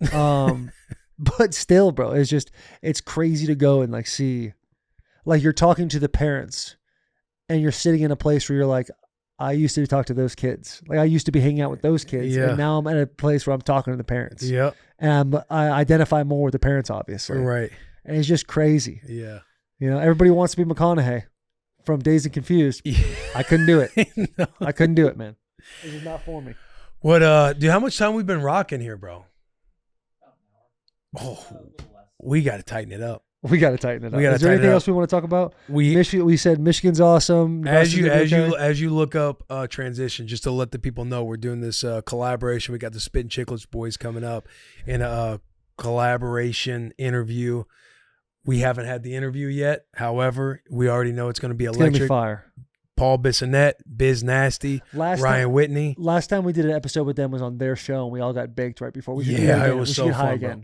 I'm down. Yeah, your boy is down. Your boy's down to do that. We should definitely do that. Yeah, we're gonna. So this episode you're gonna watch, because we've had them on separately on Bussin With The Boys, but never both of them at the same time. But when we went on Spittin, we got high. Yeah. So when you guys see us with them, we're gonna be high. We're gonna be high instead. Anything else on this sheet that? Yes, there's touch? one thing, dude, and I cannot believe it's staring at me. I cannot believe I didn't bring this up at the top of the show. This is the last episode before Spooktober. Now listen to me, guys. I've given you the spiel before about when the weather goes down, you get out of the house and you feel the breeze, so you walk back in the house, you put the hoodie on, the leaves are starting to fall, and you just feel, you see a pumpkin next to you, and you literally get chills. The pumpkin patches are starting, bro. You know they're coming, and it's so exciting. Every year for the past 5 years, Spooktober sucked ass. Well, we had a good year. I want to say it might have been the COVID year was a solid year. No, I tore my ACL. But we were having some good fun up until that point. Yeah, I tore half of Spooktober because I think I told it. No. It was in like October 25th is when I tore my ACL. Yeah. So yeah. We had a good solid Spooktober. That's when we played the Bills on Tuesday night too. Yeah. I wore the Michael Myers mask around the facility. So in the last 4 years, Spooktober has kind of been shit. This year, this is the year it changes for us. It's our year. It's our year. And here's what I know it's going to be a great year. And let me tell you why. When we go to Oregon for Oregon, Ohio State, we get there on Friday. We're going to go to a haunted house in Oregon. Okay. We've got to. Yeah. Say promise right now. I promise. Yes. And any Oregon fans out there listening, please drop in the comments like where we should go haunted house-wise. Got to go haunted house. And then listen, it's not that hard. Every single day, I'm going to give you the ground rules for Spooktober. October is now Spooktober. Yep. Like October. That's a non-negotiable. It's you call it Spooktober. Every day you need to watch something spooky. Now it could be something as simple as a Disney Channel original movie, Halloween Town. Great. Or you could literally jump all the way up to the Exorcism or a demonic type shit. Everything in between. And you're probably thinking like some of these movies like not Insidious, but like Shutter Island. Not considered a horror movie, but there's got some spook to it too. Yeah, Leonardo DiCaprio. That counts. And you don't have to have them for the whole time, but maybe a nice little snippet. And again, you can even hit your Charlie Browns of the world. Like you don't have to just scare yourself all the time. And if we were living back in the world for Arizona, it was 35 and 37, Disney Channel, Nickelodeon. They have a nice themed cartoons going on at all times that are all Spooktober, which is really nice. Another thing too, and this is more for you than it is for us. Take some time out of your week to enjoy something fall. To let you, and it's not about, Spooktober is not about checking boxes. It's about making memories to look forward to for the next year. It's about going to a pumpkin patch and being like, I had a great time going with my girlfriend, wife, kids to the pumpkin patch. I can't wait to do it again next year. Right. I'm going to get that pumpkin spice latte. I know I shouldn't. There's a lot of sugar in there. There's a lot of X, Y, and Z. I'm on a diet, but you know what, dude? I'm looking forward to this, and I'm only going to have it during Spooktober. And just once a week. You got to embrace the spook somehow once a week, whether, like you're saying, go into a haunted house, go into a pumpkin patch, buying yourself a pumpkin spice latte. It's incredible. Whatever it is, indulge in something that embraces the festivities that are Spooktober. Yeah, dude, if you're on watching on YouTube and then also throw a little decoration. That's rule number 4. Got to have decoration. Throw a little decoration. I got to hold myself accountable. You need to, because what'd you do last year? I had pumpkins last year. So if you That's the bare minimum. That is the bare minimum. Honestly, which is all you need. Okay. But as somebody who's going to stand on the front lines with my boy, you're right. I have to hold myself accountable. I have to hold myself to a higher standard. But all that being said, rule number 4, throw some decoration up somewhere in the house. So throw some decorations in the house, dude. That is, and literally it's about just the start of the holiday season. It's the first kickoff, because before you know it, boys and girls, you're going to blink and Santa's going to be at your house. Ooh, please do not skip over Thanksgiving. I know. I said you're gonna blink. That's getting you towards the end. Okay. Yeah, but Thanksgiving's fire. Thanksgiving fire. needs its time. Yeah. So, dude, we need to figure out a shirt too for Spooktober. Yeah, sooner rather than later. Yeah. Yeah. We've had some bangers though in the last few years. I know. I think I packed one. When we were coming out to Chicago. But yeah, dude, a fun pod. Got nostalgic. Talk some ball. Got to get back into my conversation in my head of do you go diesel or not, and how much is Will going to judge you? Good intro. Very good intro. You'll see us again on Thursday morning when the locker room. That's where we preview our football for the weekend. Who do you guys got this week in Michigan? We got the Minnesota Gophers. Nebraska obviously cool has. Mascot. Yeah, who knows? Yeah, cool mascot. Cool mascot. We got the Boilermaker. But we will be previewing all that stuff on the locker room. That show drops every Thursday morning where we preview, we talk ball, we talk gambling picks. And again, we have a fan calling segment. Did you see our fan calling segment last week? I didn't. It was the best. Really?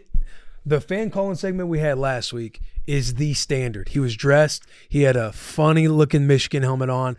He had a Michigan jersey on that went right above his belly button. He fed us his picks. He did it the right way. He understood the assignment. And if you want to be featured on the locker room, you basically come up with your favorite parlay of the weekend. You do a selfie video saying what your picks are for a chance to be featured on the show, The Locker Room. All you have to do is submit that video to info@bussinwtb.com. Again, selfie video with your favorite football parlay of the weekend. Submit it to info@bussinwtb. Submit it at info@bussinwtb.com for a chance to be featured on the show. Fellas, this was a hell of an intro. Let's get to the interview with the Spittin Chiclets boys, Paul Bissonnette and Ryan Whitney. We interrupt this episode to bring you DraftKings. TD Tutty taking one to the house. In for 6. Whatever you call a touchdown, one thing's for sure. Touchdowns matter more at DraftKings Sportsbook, an official sportsbook partner of the NFL. On the ground, in the air, from the special teams or defense, we don't care how they score them. We want to bet on touchdowns, and DraftKings Sportsbook is delivering. Ready to place your first bet? Try betting on something simple, like picking a player to score a touchdown or how many TDs will be in a game. Go to DraftKings Sportsbook app and make your pick. Ready to do a touchdown dance of your own? New DraftKings customers bet $5 get $200 in bonus bets instantly. Score big with DraftKings Sportsbook, the #1 place to bet on touchdowns. Download the DraftKings Sportsbook app and use code BUS. That's BUS. For new customers to get $200 in bonus bets when you bet just $5. Only on DraftKings. By the way, the crown is yours. Back to the episode. What do you guys want to talk about? Let's do this. Let's fucking roll, baby. Talking? Yeah, yeah. Talk about, dude? How sick are these shoes? Oh, they're Yeah, I awesome. mess with these a lot. I We're all love- wearing the same shoes right now. I love That's a these good plug shoes. for the brand. Yeah. I want to give you guys a disclaimer. So on the intro, Will and I were like, remember when we did the Chiclets podcast? We all just got banged up in Florida. I was like, we got to do it again. So for everybody who thought we'd keep our promise, we're high. We're high as fuck right now. Done. Biz is like, I gotta eat too. Yeah, bro. And Did when I we kill went us? outside to get ready for this podcast, you're like, hey, let's just do this. And then I go. delayed it for And then 35 I walk minutes. in, you just bring a full plate of food. And I was thinking to myself, my God, he's really living the dream right now. Oh, yeah. I mean, look at him. He's got the shower robe on. Oh, You're it's just- always comfy, Biz. He Gotta be- dresses comfy. Gotta be comfy. Comfy and like marches by like a beat of his own drum. Right? Yeah, and Is that can what also you're I say Oh, where are we on recording right saying? now? We're recording. Oh, Oh, yeah. we already started the We're podcast. just shooting the shit, I bro. was like, when are we hitting the fucking play button? I figured once he kind of mentioned the intro to their episode with us Oh, is right. we're gonna get high with him, and then Okay, he said all we're right. high. Jesus Christ. Biz also has the ability to like he can wear anything and pull it off. Like there's Oh, outfits he can wear that if I wore, people would be like, "What the fuck's this?" He's got the juice, bro. yeah, He's got the Biz has got the yeah. juice. He's got the flair. Wow, And this, Yeah. this is very kind of you guys to start yeah, off you got this the episode with a nice rockstar tire vibe, but, pump. You know, they can Yeah, just he wear does, whatever they yeah. want. You might get me a kill on this. A residual, as they say. A residual. Hey, I'm gonna be honest with you, brother. We're like 98% men. Oh, well. Oh, you think Chiclets is any lower than that? What about the Puck Bunnies? Coming I up- don't think they're listening to podcasts from Biz and Whit. Yeah, but okay. So let me just Hey. let me phrase this real quick. Maybe for Biz. When I You're was at cute. Michigan, You're cute, Oh, bro. thanks, bro. When I was at Michigan, there was like the Puck Bunny thing was so real. Like there was just a group of girls that were just all about the hockey boys. Was that for y'all, like coming up? Yeah, like no, it wasn't in junior where I played. It wasn't crazy. I think if you played for like the London Knights and you're living in London, Ontario, where Western University is, it would have been crazy. Whit went to college, so maybe it was a little different in college. But fuck, man, in junior we had like curfew and shit. We weren't even allowed to go to bars. Like why? And especially when I was playing in Saginaw, Michigan, drinking age was 21. Like I was 17, 18, and then turned 19, and then I was off to Owen Sound and. Buddy, Owen Sound is not where you go to meet women. I'll just put it that way. Owen Sound does not. There was sound like the obviously place. like football girls, right? Yeah, but I feel like there's just like different types. Like how I feel like Hockey games are better in person. Hockey's better in sport to witness and watch than football. Yeah, if we're gonna change the subject to that, I agree. You Football's agree? made for TV, Yeah, so I it's do, like maybe I do. these girls enjoy like the live action. Bro, if of, hockey was more awesome. enjoyable to watch, and they'd be crushing it in viewership No, compared to the that's not what I NFL. said. No. Hockey is more fun to watch in person. Football's better to watch. My Football's fault. built for Thank TV. I can't My fault, stand my going fault. to a Hey, live NFL. that's on me. Hey, I went to a couple You NFL can't stand games. going to a live NFL game? It's brutal. Hey, they're brutal, boys. Brutal. They're The slow. product I was on at one this TV is past so weekend. much better, And- and that's why it is what it is. Okay, tell me this. There's 5 million timeouts. I get it. All the TV dough. There's very rarely in the NFL like good games. They're all blowouts, it feels like. So at least on TV, you're just clicking around, you're watching other games. When you're at a game that there's 5 million timeouts and it's a blowout, it's like, brutal. this is not good. It's brutal. In my opinion. It's not a terrible take. It really isn't. Yeah, But on it TV, makes but sense. on on TV, TV, it's arenas- unbelievable. Exactly. And that's all that matters. That's all that matters. Well, that's why it makes so much money. Hockey does not transfer over on television nearly as well as it is in person. It's like it's not even the same. Is there Not like a even reason for close. that, you think? Well, they've tried to experiment with different camera angles and stuff, and it just doesn't work. You got to keep the original kind of pan at a certain level, and you like in the NFL, you guys have those zip lines above, so it's almost like you're in the huddle, and then it zips out, and then you're seeing. It's crazy the technology and how they're able to do it. Hockey, they haven't found a way. They've spent money. They've had universities do trials. And it's because of the speed of the game and the constant movement, it's too much for the viewer. It almost like confuses them to the point where they're like, I got a fucking headache watching this. Like even Whit, they started doing the behind the net cam on the power play, and they would go and they would kind of just rotate it. And even people complained about that. I didn't mind that angle, but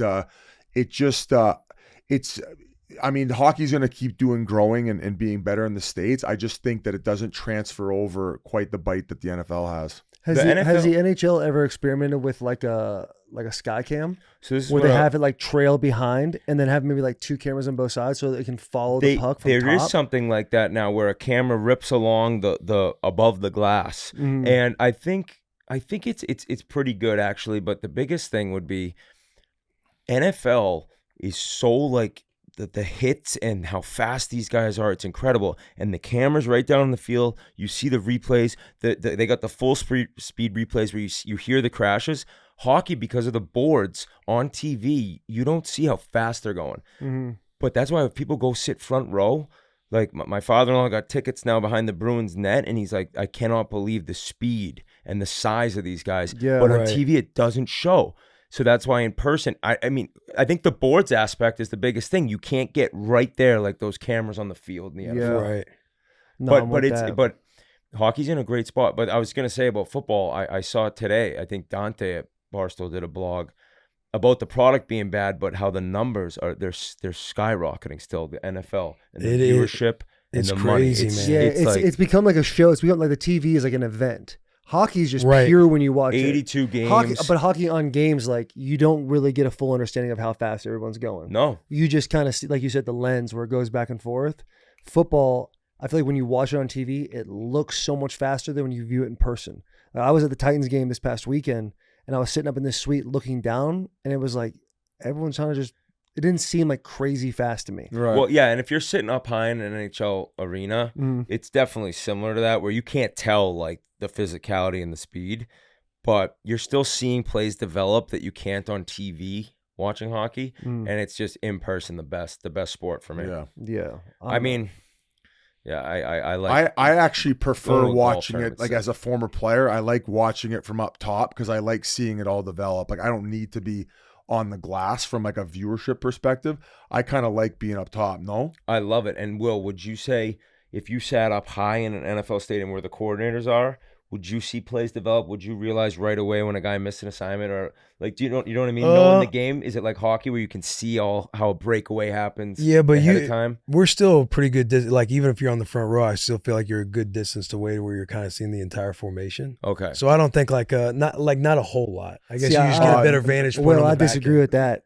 When we went and did the spring game at ASU, it was so hard for me to tell who was who and what was going on. I couldn't see the far side of the field. But when I was up there at that game this weekend, you see the formations, you see where protection breaks down. That's fair. You see like people hitting gaps and stuff like that. Like, oh, you could see like, oh, the running back missed a gap there. Right. Or this guy, and you see route it happen was in real, and like right before it happens almost. Yeah. Like up top, you see in hockey at least, you see a puck get rimmed around, you see two guys take off, and you're like, dude, if this puck gets by this defenseman that's pinching, these guys are gone because you've already seen him from up top go. Do you know what I'm saying, kind of? So see it it's develop like what you're saying to me is interesting, but like being a casual fan of You don't get hockey, it. the development of plays to me, it looks like just five guys holding a zone the entire time. I have absolutely zero and you're like, clue you're how kind of that- just watching guys kind of work Yeah, together. the strategy You really involved. see it in power play. Like Power when play, you, they're with the snapping it, four, how they kind of rotate. Like I think that's fascinating. Yeah. But when it's 5-on-5, to me, it just seems like, yeah, Back they're and duking forth. out. The two defensemen are just kind of chilling back there, kind of, hey, don't let it get past the blue line, and that's really it.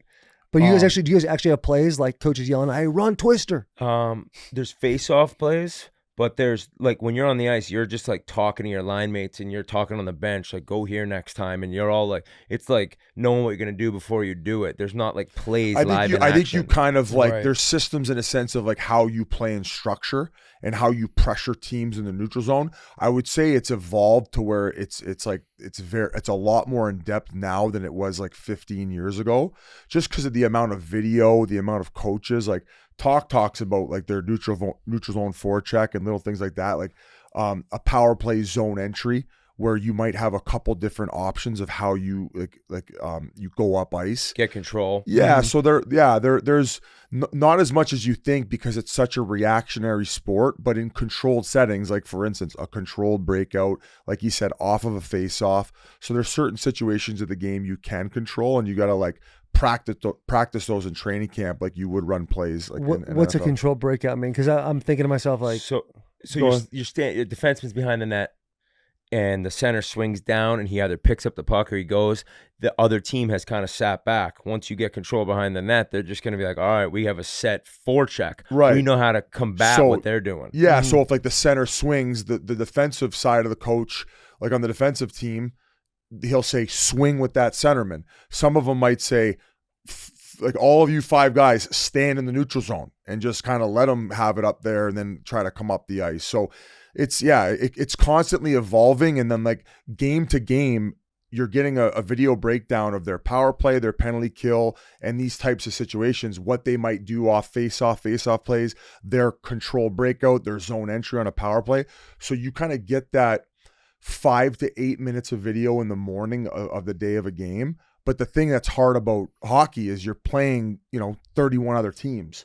So Right. you have with different systems. So you have to have a team who kind of is easily able to adapt, like has hockey smarts and saying, okay, today we're not doing the same forecheck we were last night on the control breakout, because maybe that centerman who swung for the offensive team went behind the net, grabbed the puck, and it's fucking Kaprizov where he can actually go end to end by himself. mm-hmm. So it is just like coaching is so fucking important nowadays just because of how good the league's gotten and all these minute details that you have to teach your players and then keep them reminded of as it goes. In football, do you, based team to team, change your defense? oh, absolutely, Yeah, depending on the absolutely. system that the offense is running or defense So is running. would there be a game, obviously it's different for offensive linemen, as a defensive player, would there be a game you're playing a certain defense where you're not like in because it's that defense?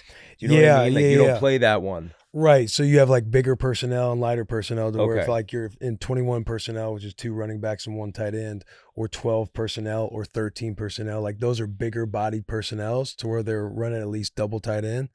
So you would play more of a base package too that have bigger bodies in there, 3, 4 linebackers. There's a lot of teams now just playing with 2 linebackers.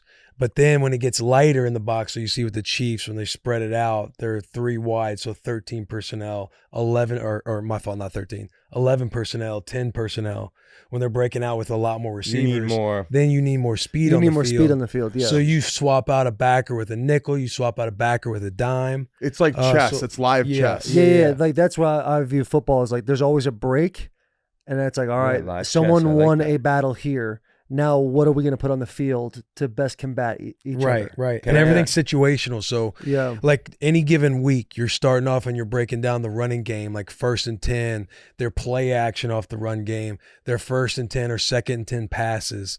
Then as you get later in the week, you're breaking down 3rd down, and not just 3rd down, but 3rd down from what do they do from at 3rd and 1? Does this team combine 1 to 3? Will they call any play? Will they just have a couple go-to plays in 3rd and 1? So it's 3rd and 1, 3rd and 2 to 3, 3rd and 4 to 7, and 3rd and 8 plus. Yeah, like So They're all different how situations. much Wow. time are you consuming of video setting up for that next week? way more than you are on the lot. field. Like hours and hours. Like if on Wednesday, if you go in the building, your first meeting's at 7 a.m., you're watching film and either with your offense as a full team or in your individual groups of O-line, O-line or linebackers. And then you go to practice. And then How you long come would you back watch video at 7 a.m.? till 11. So, dude, how 11:30. do you Right, keep until guys from not walkthrough? falling asleep? No, like Oh yeah, you deal with that all the time, but that's rookie shit. Like that's unprofessional. yeah, the first time you kind of start to doze off. Hey, stand up if you're having a problem, have a coffee or whatever. That's the grind of the season.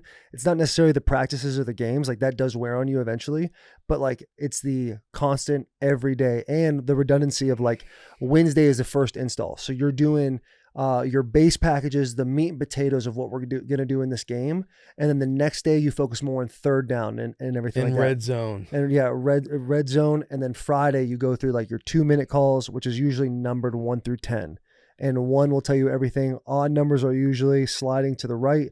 Even numbers are sliding to the left. You got to memorize a lot. Oh my God. Way more than hockey. Holy If you fuck. go Do into guys take hundreds- Adderall?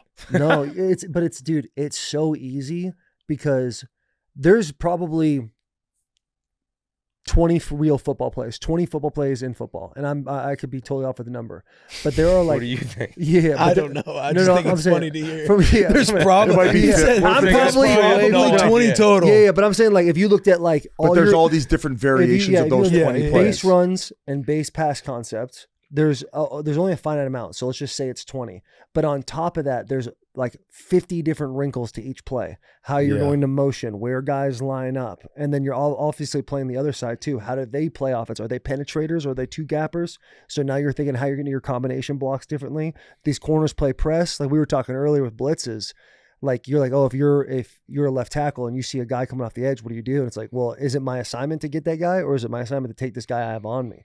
And if it is, I usually would take the team, like all the stuff when like we're as a team together, they would kind of give me their tendencies and game plans as a whole. And then on my own time when I get home, I would evaluate the individual player that most of my matchup is at. You'd be Right. watching Which I'm his- sure you'd like be you, watching if you're his playing the tape. Saints and you're like, God forbid it's 2nd down and I have to go out with Alvin Kamara. Right. You're watching every option route Alvin Kamara Yeah, has. from your guys' standpoint, you're realizing like, all right, do they play more of a 2-shell defense, or are they a big heavy cover 3 defense this week?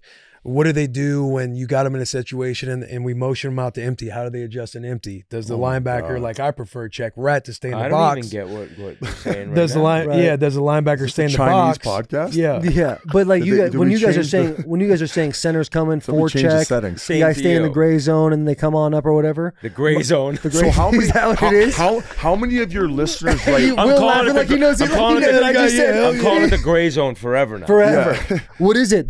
What is The the zone? neutral zone. How many of It's a your gray, it's a neutral listeners- color. Yeah, How many yeah. of your no listeners- gray area turnovers, right? That's How like a many of your phrase. listeners like appreciate you guys getting the weeds on the football talk, or do you think not a lot of them understand it? Like That's how many? I asked them I'm the not same sure. Asked thing. that same question. Oh, I asked them not the sure. same thing when? 2 hours ago. No yeah, shit. literally Yeah. when we were As I literally said, all when we trying to talked- go I was back. ready to Hey, answer great it. minds, Yeah, buddy. yeah, Yep, but yep. you were- Great minds, love you, buddy. I love you, Hey, bro. you were legit So- there when Whit asked. Yeah. I was about to explain. Because it. sometimes we start getting in the weeds and like we'll get I wondered tweets if like, hockey people like yeah, they're like, we don't give a fuck. Tell us a kill story. Oh, it's like, Tell us a okay, kill all right, story. Jesus, trying to I'm sure explain people in the power play comments I will was never leave on. if they appreciate the Yeah, football talk. Ben, Because I wondered the same we thing. kind of got in the weeds a little bit even in the intro. But let me ask you this, like playoffs. If you're playing a team possibly 7 times, how redundant does that get? Not really, because the playoffs are so like incredible to be a part of. You're so fired up for every game and excited to go over the game tape. And if you win, let's keep this thing going. If you lose, like we can only lose 3 more times. So like, yeah, January, you're going through film. You're playing Jersey, you're watching their power play and their penalty kill, and yeah, you got another game. It's game 56. But when you get to April and May and June, hopefully, you're so dialed in and excited and like cannot wait to get to the rink every day. Do you ever think?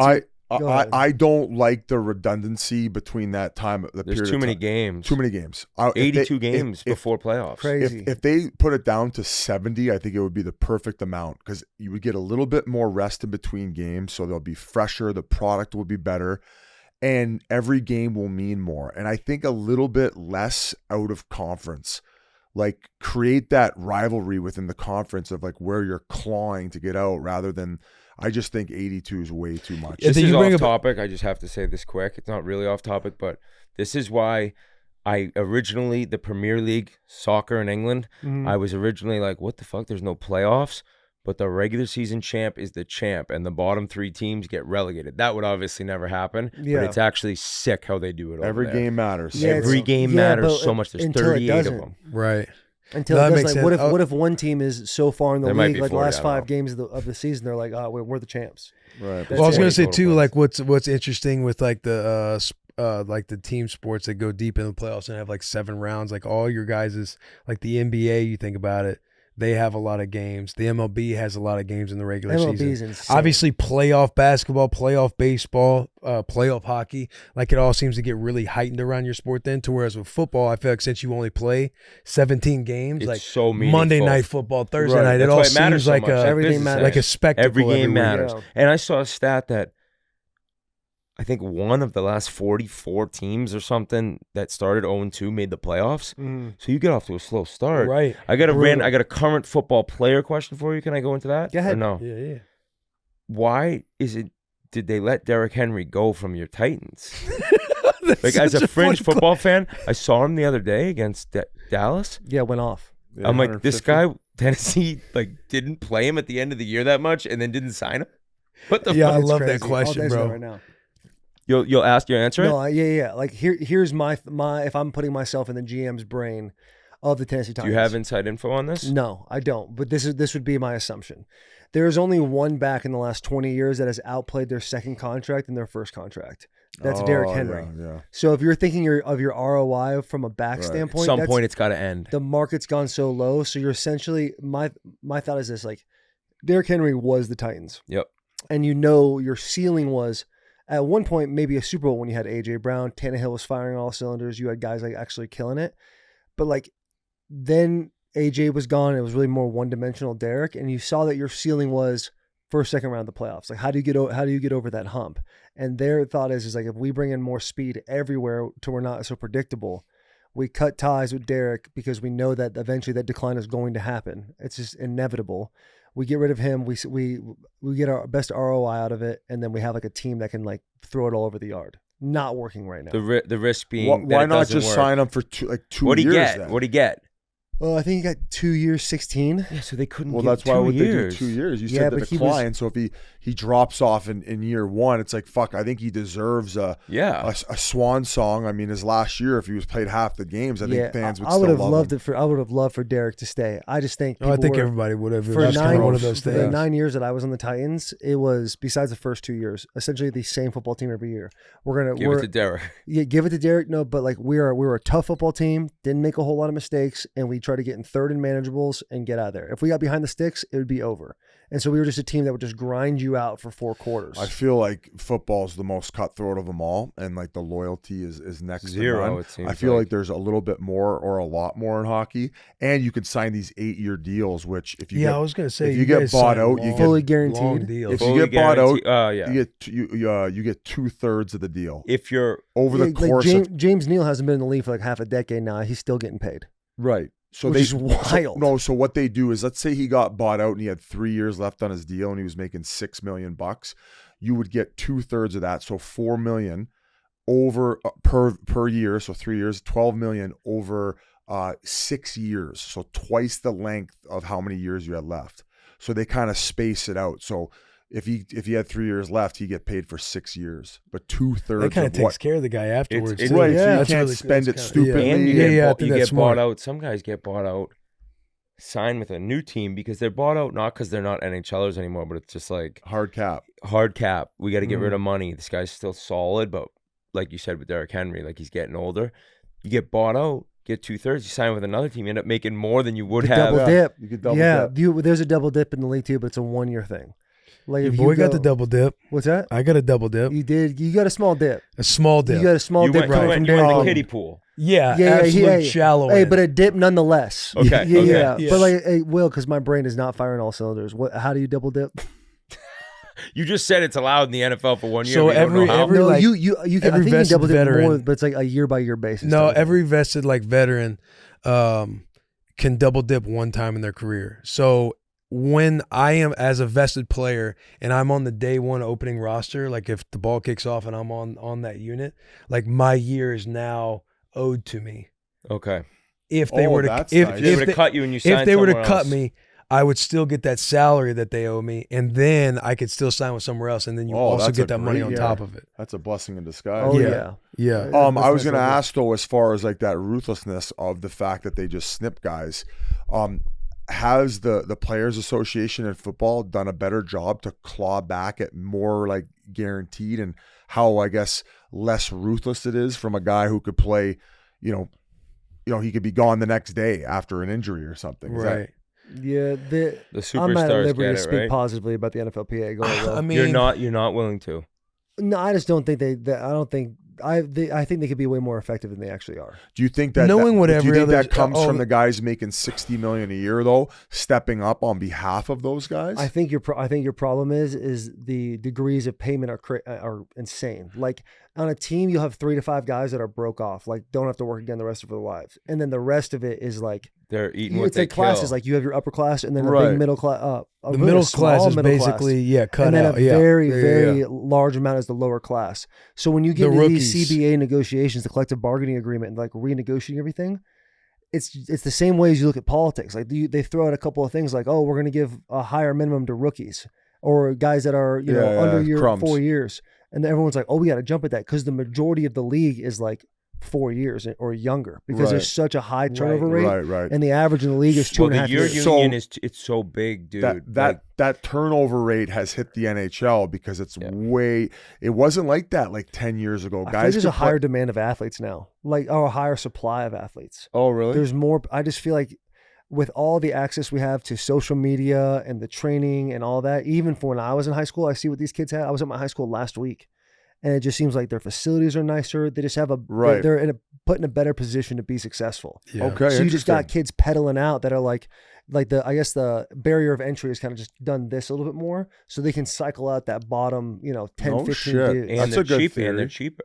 I like Yeah, way Right. cheaper. Which Yeah. is what Like the squeezes NFL is nuts. Like you got to win like with the QB on his like rookie deal. Like it's 5 years, That's right? the- You that's want the to, best so you position to be before in. you got to Yeah. pay him if he's a stud. Right. You got to so you're looking for your cheapest options. It's like with the Bengals. When they had Joe Burrow and they knew he was going to be a star, it's like they're trying to pour more money into the offensive line and get him weapons with Jamar Chase and those guys. They're trying to just sprinkle around him. Question about him, like handsome guy. Obviously, he's got the world by the balls. He's a star quarterback. Like I don't know if I want to like my star quarterback kind of walking in with these fucking outfits every time like that. Like I want him to just be a little bit more all business. That's so hockey of you. What do you mean that's so hockey? It's Hockey- I like thought you liked this the fu- outfits. You liked- Yeah. Yeah. I thought you liked in Joey hockey. B's You've been, got you've some been, sauce you've been to raving him. He about got it. the outfit he wore tonight was kind of. I didn't see it. that's what It I'm was saying. all right. It was He's like a pink- it was it's like a kind of white like and listen. I white get with some like pink. I get switching it up a Oh. little bit, but he's got like the frosted tips going. He looks like a Ken He doll. looks like Eminem. That He's little, got- that Yeah, little. he's got the. He's He's like going he's like through like pulling an a Beckham. Eminem, Ken doll phase where it's just like, buddy, like get off your fucking Instagram grid and get in the fucking playbook.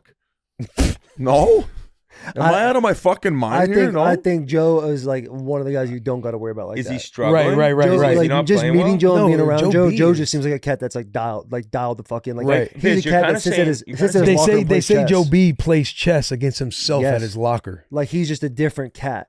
okay. And you're In saying a you good way. like how Austin Matthews shows the flair. And No, I think that I'm saying that if I could have the ladder, like if I could have like Tom Brady walking in like a tailored suit. It seems like that guy is just there for business rather than like worrying about this new like trendy outfit. Hey, I love Hey, that. you should I love be a that this is coach. coming from a guy wearing a robe. Right? Yeah, exactly. Bro, I wouldn't want me to be a fucking starting quarterback. I wouldn't want me getting the fucking water bottles to win a championship. Like, that's not me being a hypocrite either. Like, I was the guy who dressed like I'm saying I wouldn't want me leading the ship. Yeah. No? You get the old school. So I guess I was wrong in a sense of maybe in a certain case he's delegating his attention to like something that I would be like, like let's just win some fucking games here. But you're saying he's highly intelligent, highly committed, and I'm off base on that. Yeah, if he's got a third thing, which again I'm not in the locker room, but if he has good relationships with the guys, like ultimately you want them influencing, having influence on the locker room in a positive way. Okay. You want the locker room to feel good about the quarterback, And you don't care what other people think. right? Well, and if he checks all those boxes of intelligence, because I he's a said good that dude, you guys he's got kind of good got relationships. jammed up where you're like, Because there's guys that they're just in that 1% of the 1%, and they have a different swagger. They can kind of do what they want. Yeah. Right. But I feel like just being an outsider, like kind of casually enjoying hockey, I feel like that's a very traditional hockey mindset to have. Yeah.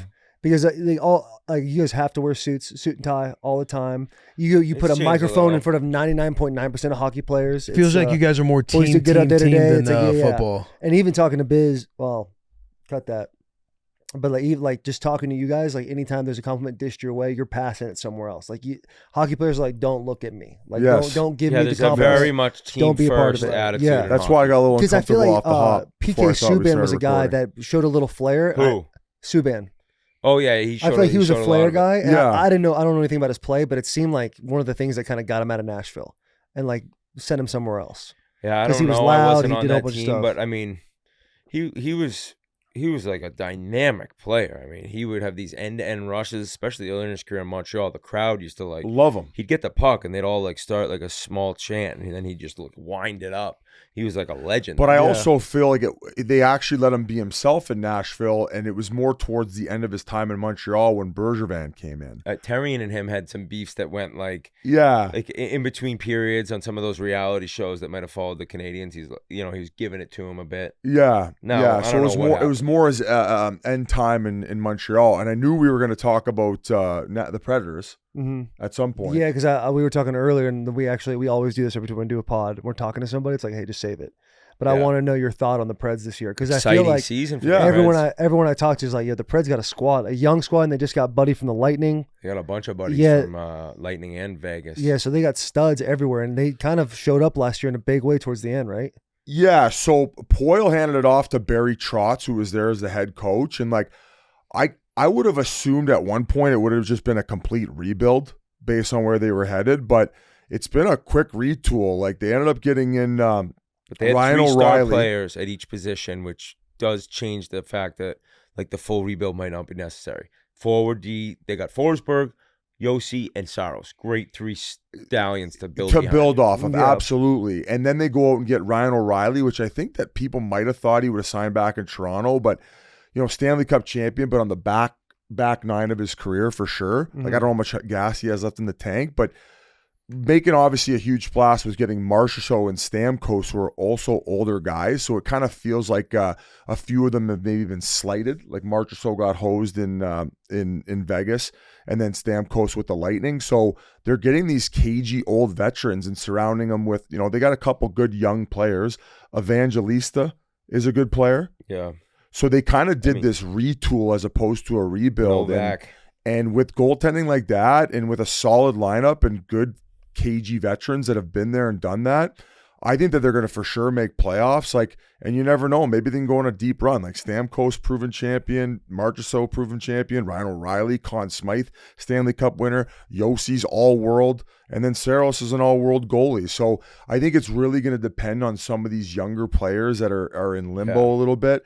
and how much they can help the team. And obviously Forsberg, amongst those players I mentioned, are elite. He's sick. I think he had a 48 Forsberg's like that. goal season last I year. know he's the man. Like he's a great dude too. 48 goals last year, he's right? sick. Yeah. Like, Yeah. he's a big, fast, like super skilled star. And shows up in hard times. Like he can play that hard playoff style game. So not really sure what to expect from the youth, but hopefully whatever they do have from prospects to youth pops quick, because like I said, all these guys that are their leaders are really on the back nine of their career. So let me say too, I think obviously Biz talks a lot about the no state tax teams. They're one of them in the NHL. Everyone who asks me like favorite arena to play in, I kind of say Montreal or Chicago. Like, where should I go to a game? Nashville. Yeah. That stadium, and the fact it's right on Broadway. It's the best setup in the league. Like, if you want to see your team on the road, yeah, Vegas is cool. Go to Nashville. I love that city. They had the draft there in 2023, and I think Biz and I said it should be here every year. It's just where the rink is and how sick of a city Nashville is to visit. It's a hell of a spot now to like have players want to be there. If I was a Canadian, well, I am a Canadian, but if I was telling a Canadian to head down to the States to go get an American experience, I would probably say go to Nashville for a weekend and then go take in a game at Bridgestone as like a hockey cultural experience, because I believe that that's what they set up there. I know I fumble fucked that off the start, but I think you guys know. Their fans are legit. You landed that plane. You aced it, bro. Or B plus. More so than sending them to Vegas first. Like the environment's crazy. I feel like for people from the South where hockey is not influential at all, they completely understand the assignment of how to like get into the game, be about it, have the chance, buy in, steal the Red Wings octopus thing. Now we're making it catfish. Like, right. Just truly, it's like a culture flush. It's SEC football-ish for hockey. Yeah, but we're saying the first best, and Big Ten's the best conference in college football. Not for fans, bud. What do you mean? Like the SEC games, like you ever seen 115,000 screaming fans? So I went to a Michigan game. I went to a Michigan game. It was awesome. And now the Big Ten, I guess, is different. You added in USC and you added in somebody else good, Oregon. Right? Yeah. Oregon. So those two places. Actually, I don't know if USC's that sick of an atmosphere. Maybe I'm wrong. Know, yeah. But then you got like Rutgers. You got like some teams where every SEC stadium. Am I wrong? No, Vanderbilt. wrong. You guys are very biased. You're both Big Ten. We're talking Vanderbilt. You're right. Is college football bigger than ever? Yeah, you guys, college football is bigger in the South. World, you can't admit that. In our world, it is. It is, bro. Will, it is. You can't admit that. College football is bigger in the South. It is. I don't know. Oh I don't know. God, Will, hey, come on. right listen, face, are you doing? bro. Are you? No. I'm really trying to think about this it. This is gonna go viral, bro. Will. Think about this. First off, because you got Ohio, Michigan. Yeah, you got Ohio, Michigan, Penn State. Even throw in Nebraska. Well, that sounded disrespectful. That sounded disrespectful. Nebraska, Michigan State. Like, you go to these schools in the Big Ten, and you start to realize like people who live around the region fucking die for all of these teams. Like, they're about it. It's different. Like down south, I think people are living and dying by their teams. In Big Ten, it's a way of life. In the South, it's a religion. Yeah, to be a part religion's of your bigger. team. Religion's bigger. That sounds kind of like both. Religion's know, bigger. Way of I life think. and religion. That was deep, man. You like Hey, that? you deep. landed that was plane deep. excellent. You landed that plane excellent. Yeah. So you crushed. I thought it was going going to be as bad as my But I Joe still think Burrow you're gonna Way take. of life buried. and religion is like the same I shit. thought you were going to trump my Joe Burrow take and take the focus off me there. No, Fuck, you really came Joe back. Burrow, I will tell you, if Joe Burrow was 3-0 right now, we would all be sitting here being like, I Well, gotta let me love a tell guy you with My hair would flair. be Hey, blonde. let me guy tell that you gets something after because Yeah, but he's not. What is he? 0 or 1 and 2? Well, listen, 1 and 2. I think he's about to go 1 and 2. He's down 28-13 with 3 minutes left in the third. Okay. And about 6 minutes He's about to before be the on 3. game, I bet the Bengals and bought it to -6.5, which made it -133 and hammered them. So I believed in them, but right now They're going to be 0 and 3. I took Washington. no, they're gonna be plus 1 and 2, 7.5. getting smoked by the Commanders. Did you really? Yeah. Jaden didn't, dude. Having new quarterbacks come in that are like can run like that, Yeah, bro. they just get he's a weapon. dangerous. He's He's 10 a for weapon. he's 10 for Lamar 11 did in the it. game. Kyler Yeah. Murray did it his rookie year. Like, it's just cats that they just deceptive on their legs on the ground. What do you make of all the whole Taylor Swift, the Travis Kelce stuff? Like, obviously, it's probably talked about way too much and too often. I don't know if it pisses off your viewers when you guys talk about it, but like that kind of went nuclear. Like, this guy is like going to make like hundreds of millions when Is he's she done paying? playing. Oh, bro, Is she he's a getting paid superstar. too? Their He's already made podcast that. did like a $100 million deal, I think. Yeah, they did. Yeah, didn't it? New Heights did like $100 Is the million. NFL Yeah. paying her to like be at all these games? You think? Who knows, dude? Could be some No deep state way, stuff. bro. You think so? Oh, whoa! But you, I don't you- truly believe that. But I love No. like a you good jumped conversation. down about How it. that. Like, sorry. What's Go ahead. like what's the like popularity from like a stats perspective, like viewership, internet clicks? Is think it it's the crazy. The cap went up crazy this year based on revenues generated from 2023. And that had a And, lot to yeah, do with there's a that. big You got to Taylor Swift assume bump. that It's a big- her, yeah, that it's a- her it's a audience very- is it's these a Is very every Every guy guy asks kiss- if she's getting paid. Huh? He thinks I'm nuts for even asking if the Well, NFL just be because paying I think for her to go to games. Yeah, but just because I think what her and Travis have is real.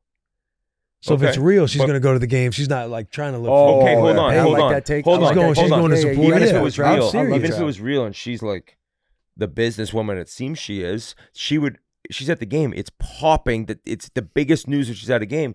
You don't think she could be like, yo, I want to start getting paid for this CBS or NFL? Hell no, bro. She makes like billions of dollars. Yeah, rich people they always think of ways to make a lot of money. Oh yeah, but what do they? Maybe what do this you is a think that they- big reach, but the Yo, if you're I Taylor asked a Swift, bunch of what are you people- charging? Like people- if they're like, all right, throw a number at what she's are like, you she's charging? like, I want $2 million every game I go to.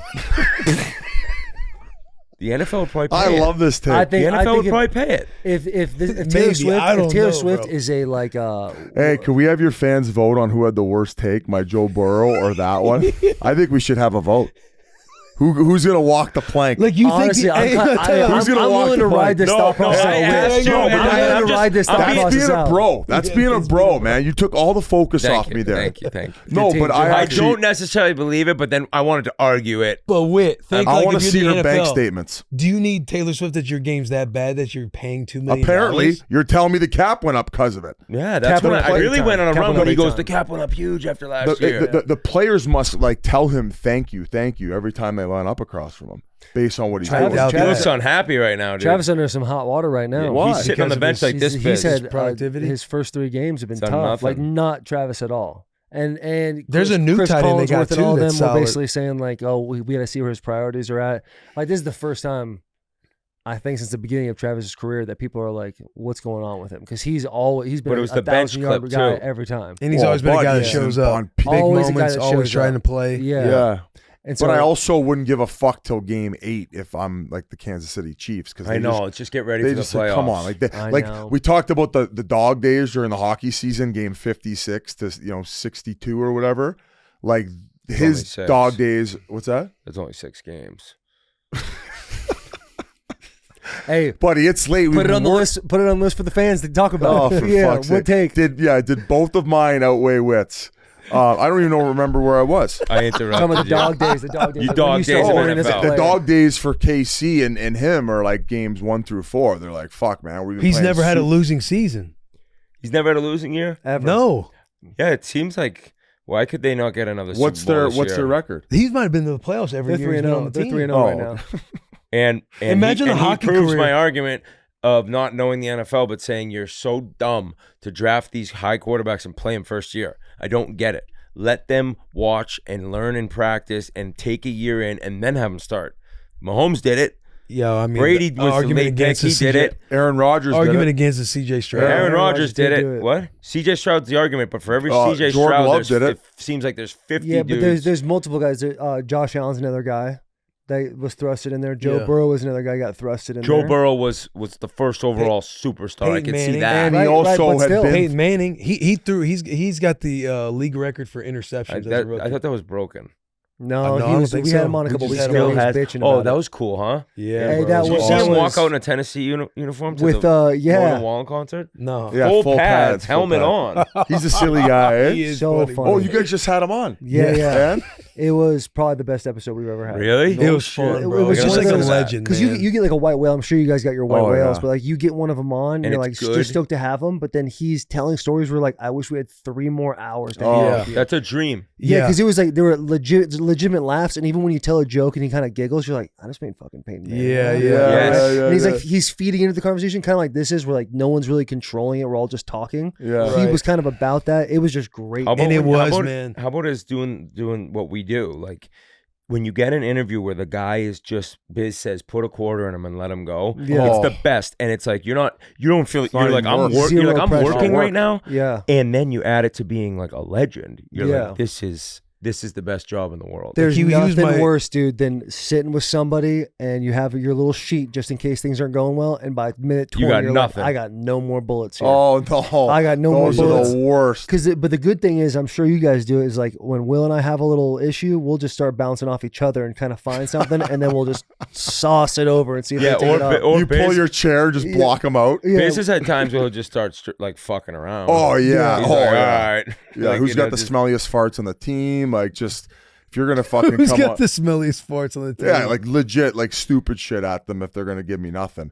Like if you're gonna give me 2-word answers, like don't come on. Right. Yeah, right. even if you are a big name. Do you guys have more issues with active players? Oh yeah, it's I it's feel getting like better. I feel like we've gotten like better at it, and you also just you make them shorter. Like if you get 15 minutes out of them, the YouTube generation and the current fans do want to hear from these players. So yeah, even but sometimes you get these like some gems. Like we had this Arbor Jack guy on, and he was an hour, and Montreal fans are crazy. He plays for the Habs, and that was one of our most listened to in a long time. Yeah. So, but there's nothing better than when you get this like old veteran who doesn't give a fuck, and he is just letting it fly. We had Eddie Shack. This guy was an old school. Rest in peace. Rest in R.I.P. peace. He Eddie passed Shack, away. man. Mind you, we had to delete like 7 minutes of the interview because this guy was as old school as they came. But he didn't give a shit. And he was telling us these insane stories about when hockey was in black and white. So it was like getting those throwbacks and getting those guys slinging it. There's nothing better. And when it's coming out of their mouth too, you just know, you're like, oh man, this dude, he's letting it rip. And Yeah. you know the fans are listening on their stereo and they're like, this is what we want. And they That's what love they- it, bro. They love The it. authenticity People from who love guys. hockey. They love When it. you get done, you just look at each other and you're like, that was a fucking Oh. pod. You're Oh, like, it's the best feeling you in the know world. every Best. week your pod comes at the same time, but this week one- especially, you're like, I cannot wait. You're checking it every hour. Be like, No, oh, are yeah, people loving You're it the way I gonna think they're gonna love this. it. You got Yeah. that personal enjoyment from it, and you're more excited for the fans to hear it because like you were able to extract this and deliver it to them, and it's just like it makes doing what we do like that to me is like that's the pop. Do Absolutely. people Yeah, tell that's you the part. guys like, oh, I listen to you guys like throughout the week every day and it's unreal. Like I'm at work and the time flies by and it's like that's the best compliment. Yeah. Like he's like, you just like so many hours I enjoy listening to you guys just shoot the shit. It just like I'm in traffic. It doesn't even feel like I'm sitting in it that long, like because it's a good pod. And you're like, that's the best compliment you could get. Yeah, just take it away from people's regular everyday life. Yes. Where they're able to be like, oh fuck yeah, Just shut the brain Tuesday, off for a I just minute. got to work. Let me throw on the boys real quick for a little bit. I'm gonna rip this. You know, I And then listen 2 to hours certain- goes by and you're like, God damn. you listen to certain podcasts and I'm like the same way. It's like, oh, nice. You can just chill, listen to Yeah. this. You're looking forward to it. Yeah. Yeah. If you Following their lives. Especially when you go on the Yeah. hunt too, and you're like I always put like a Rogan one in, but like he had Tom Segura on recently, and like getting to know Tom and all that. I'm like, oh, I had like a big hour drive ahead of me. I'm like, oh fuck, I'm gonna put this on right now. Yeah. That hour went by like that. Yeah. And I was like, Jesus. And It's then I an hit the next unreal hour on job the way we back. get what we get to do. And It's when you get to meet unreal. those guys, it's like you want to say the same stuff to them because you want them to know that like, yo, you impact me. Right. And so when those people say it to you, you realize the impact you're doing to them Yeah. because you Right. feel it with the people that we listen to. Yeah. I know and because we- every UFC fight I ever go to, like the big ones, Rogan's there, Right. and I want to every time just kind of like go be like, I know we met before, bro, but like still the man. And like Right, not in it's like a like creepy that way, does- but just be like the That's same your thing guy? that people say to Yeah. you were just explaining Whit is like, yeah. Like, bro, I know you have the biggest podcast in the entire world, but I'm one of them. I'm one of the people that listen to the show. And Yeah. I just want you to know that's cool as fuck. Yeah. Yeah. And then dip out of there, but you never do. Well, you guys had on what's his name? Politician guy.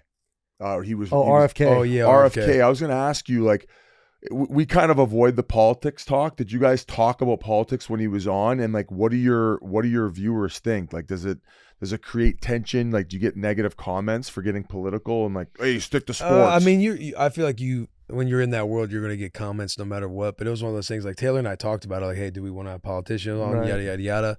But then we got back to the question that we have with everybody else we have on. It's like, how do we bring the locker room to life, like with this person? So even though we might have had a couple like questions about politics, like we're trying to talk to him and get out stories the same way you guys, the same way we do with players, the same way with anybody that comes on the bus. And ultimately, you want them to feel good enough to where they're coming off authentically, like you were talking about when you find somebody that just story tells and it's just like putting a quarter in them.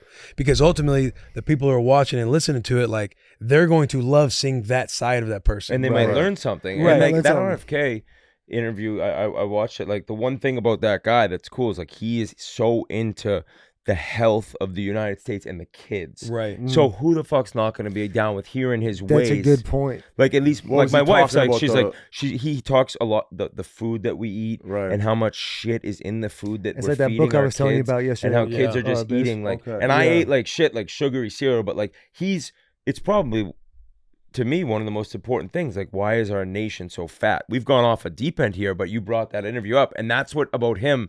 If you can't enjoy listening to at least his ideas of a good thing, then who cares if you hate it, right? Yeah, the Right. cool thing about Yeah. RFK is like I have friends that are on both sides of the fence, and every time I brought up RFK, everyone's kind of like, yeah, I like him.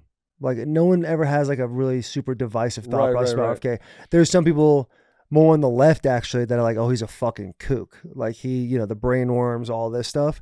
But every guy on the right I've talked to has been like, yeah, RFK is the man. It's crazy. Yeah. His Yeah. voice like probably affects him from ever I becoming know. president. And Right. getting ready for this thing, getting ready for his podcast, I went and like looked back at old interviews, and he had a regular voice. Oh, Really? what happened to his Totally voice? fine. He had like this. I know it's messed up. I just thought maybe Yeah. he had a deep voice. No, he had a regular voice, and then there was some sort of like disease that he had like some sort of autoimmune disease, and I'm butchering it, that attacked his vocal cords, Oh no. and so it sounds like he's struggling to talk all the time, but really he feels fine. He feels like us talking right now, but it's just how it comes That's the way out, it's coming out. No Yeah. shit, eh? which is crazy. So did you ask him about like how he even got into it and like politics and all that? Like obviously his father was, so Yeah. he kind of just fell in line. The Yeah, first 10 minutes His was father wasn't JFK though. Do you know that? Oh, was it his uncle? Yeah, and so his father and his uncle were assassinated.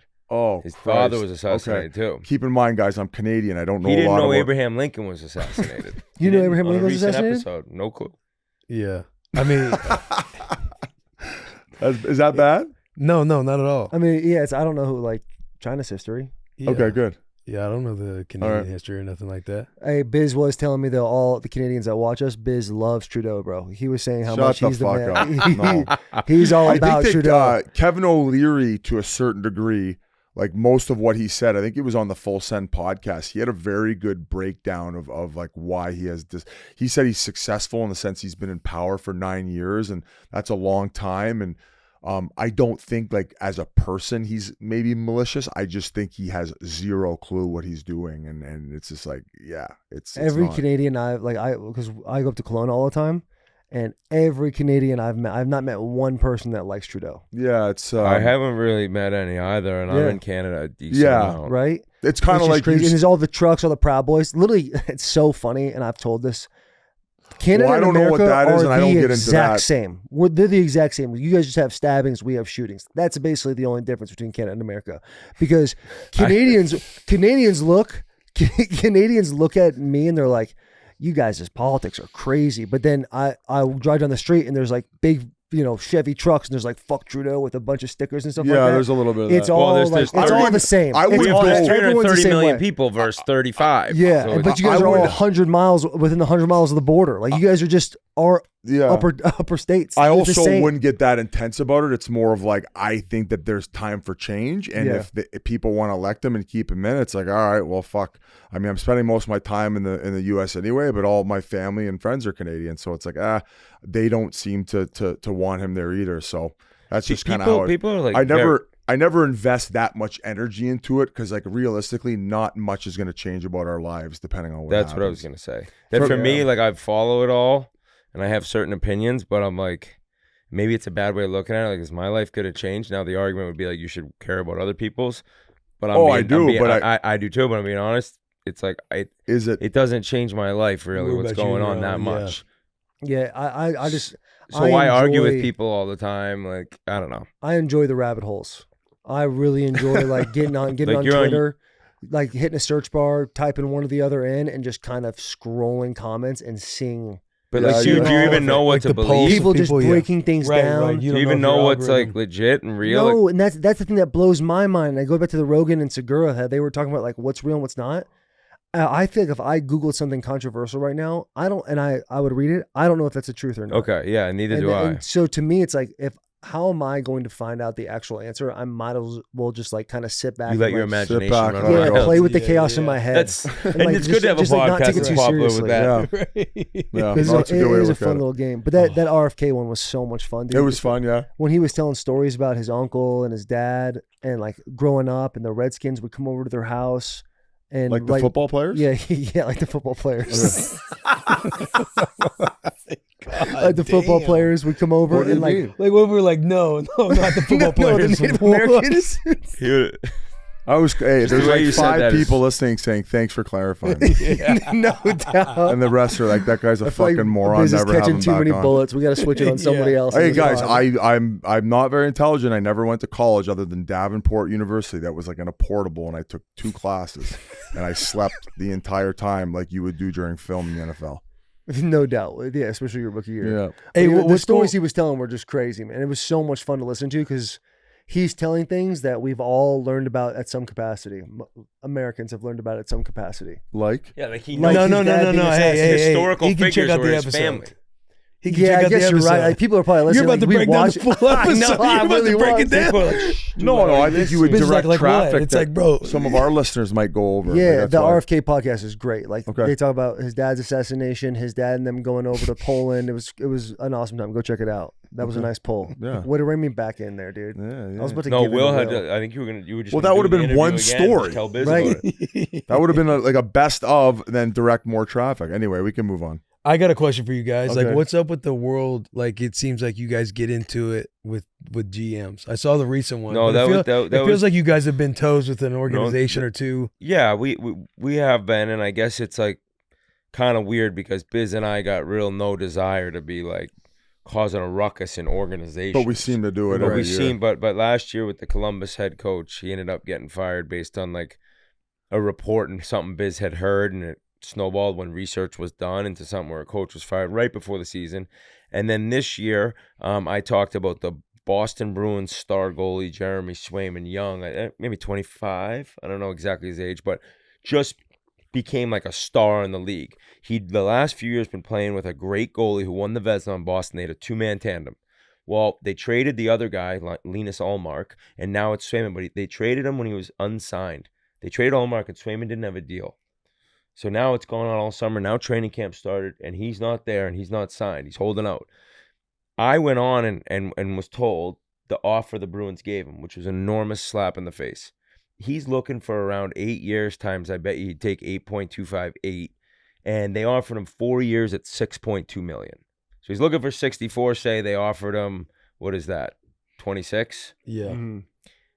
I went on and gave that, and then I also mentioned that I'd been told that the Bruins hadn't been returning like his agent's calls and were responding to a possible like reoffer or an offer given back by the agent and the player, and that he hadn't heard back from Don Sweeney, the GM. And randomly in the middle of his preseason day before training camp press conference, he was asked about Swayman. He's not signed. He kept getting asked. He's like, I'm not going to talk about rumors. But one rumor that was bullshit was the Spittin' Up on Yourself podcast. I loved it. Yeah, the Spittin' Up. I loved and it. then The minute I heard that, I said, we got him. He goes, I know. Yeah. And so, like, boom. I'm like, all right, well, now we're in the middle of this, but it's kind of hilarious that a GM's talking about our podcast, naming it a different name. Like, we're in the mix. But it's weird. So he ends up saying, yeah, and you know, my son loves Paul Bissonnette, and he's a very entertaining guy. And he goes into like, but they're doing it for kind of clicks, is basically, I'm paraphrasing what he said. That's what they do. They don't know it for facts. They shouldn't present it as facts. Biz didn't even say it. I said it. So then it's like, all right, well, we're in the middle of it. We got to address it now. Right. And we did. The episode drops. Is this dropping Tuesday morning? Yeah. Ours drops live right now, and we address this.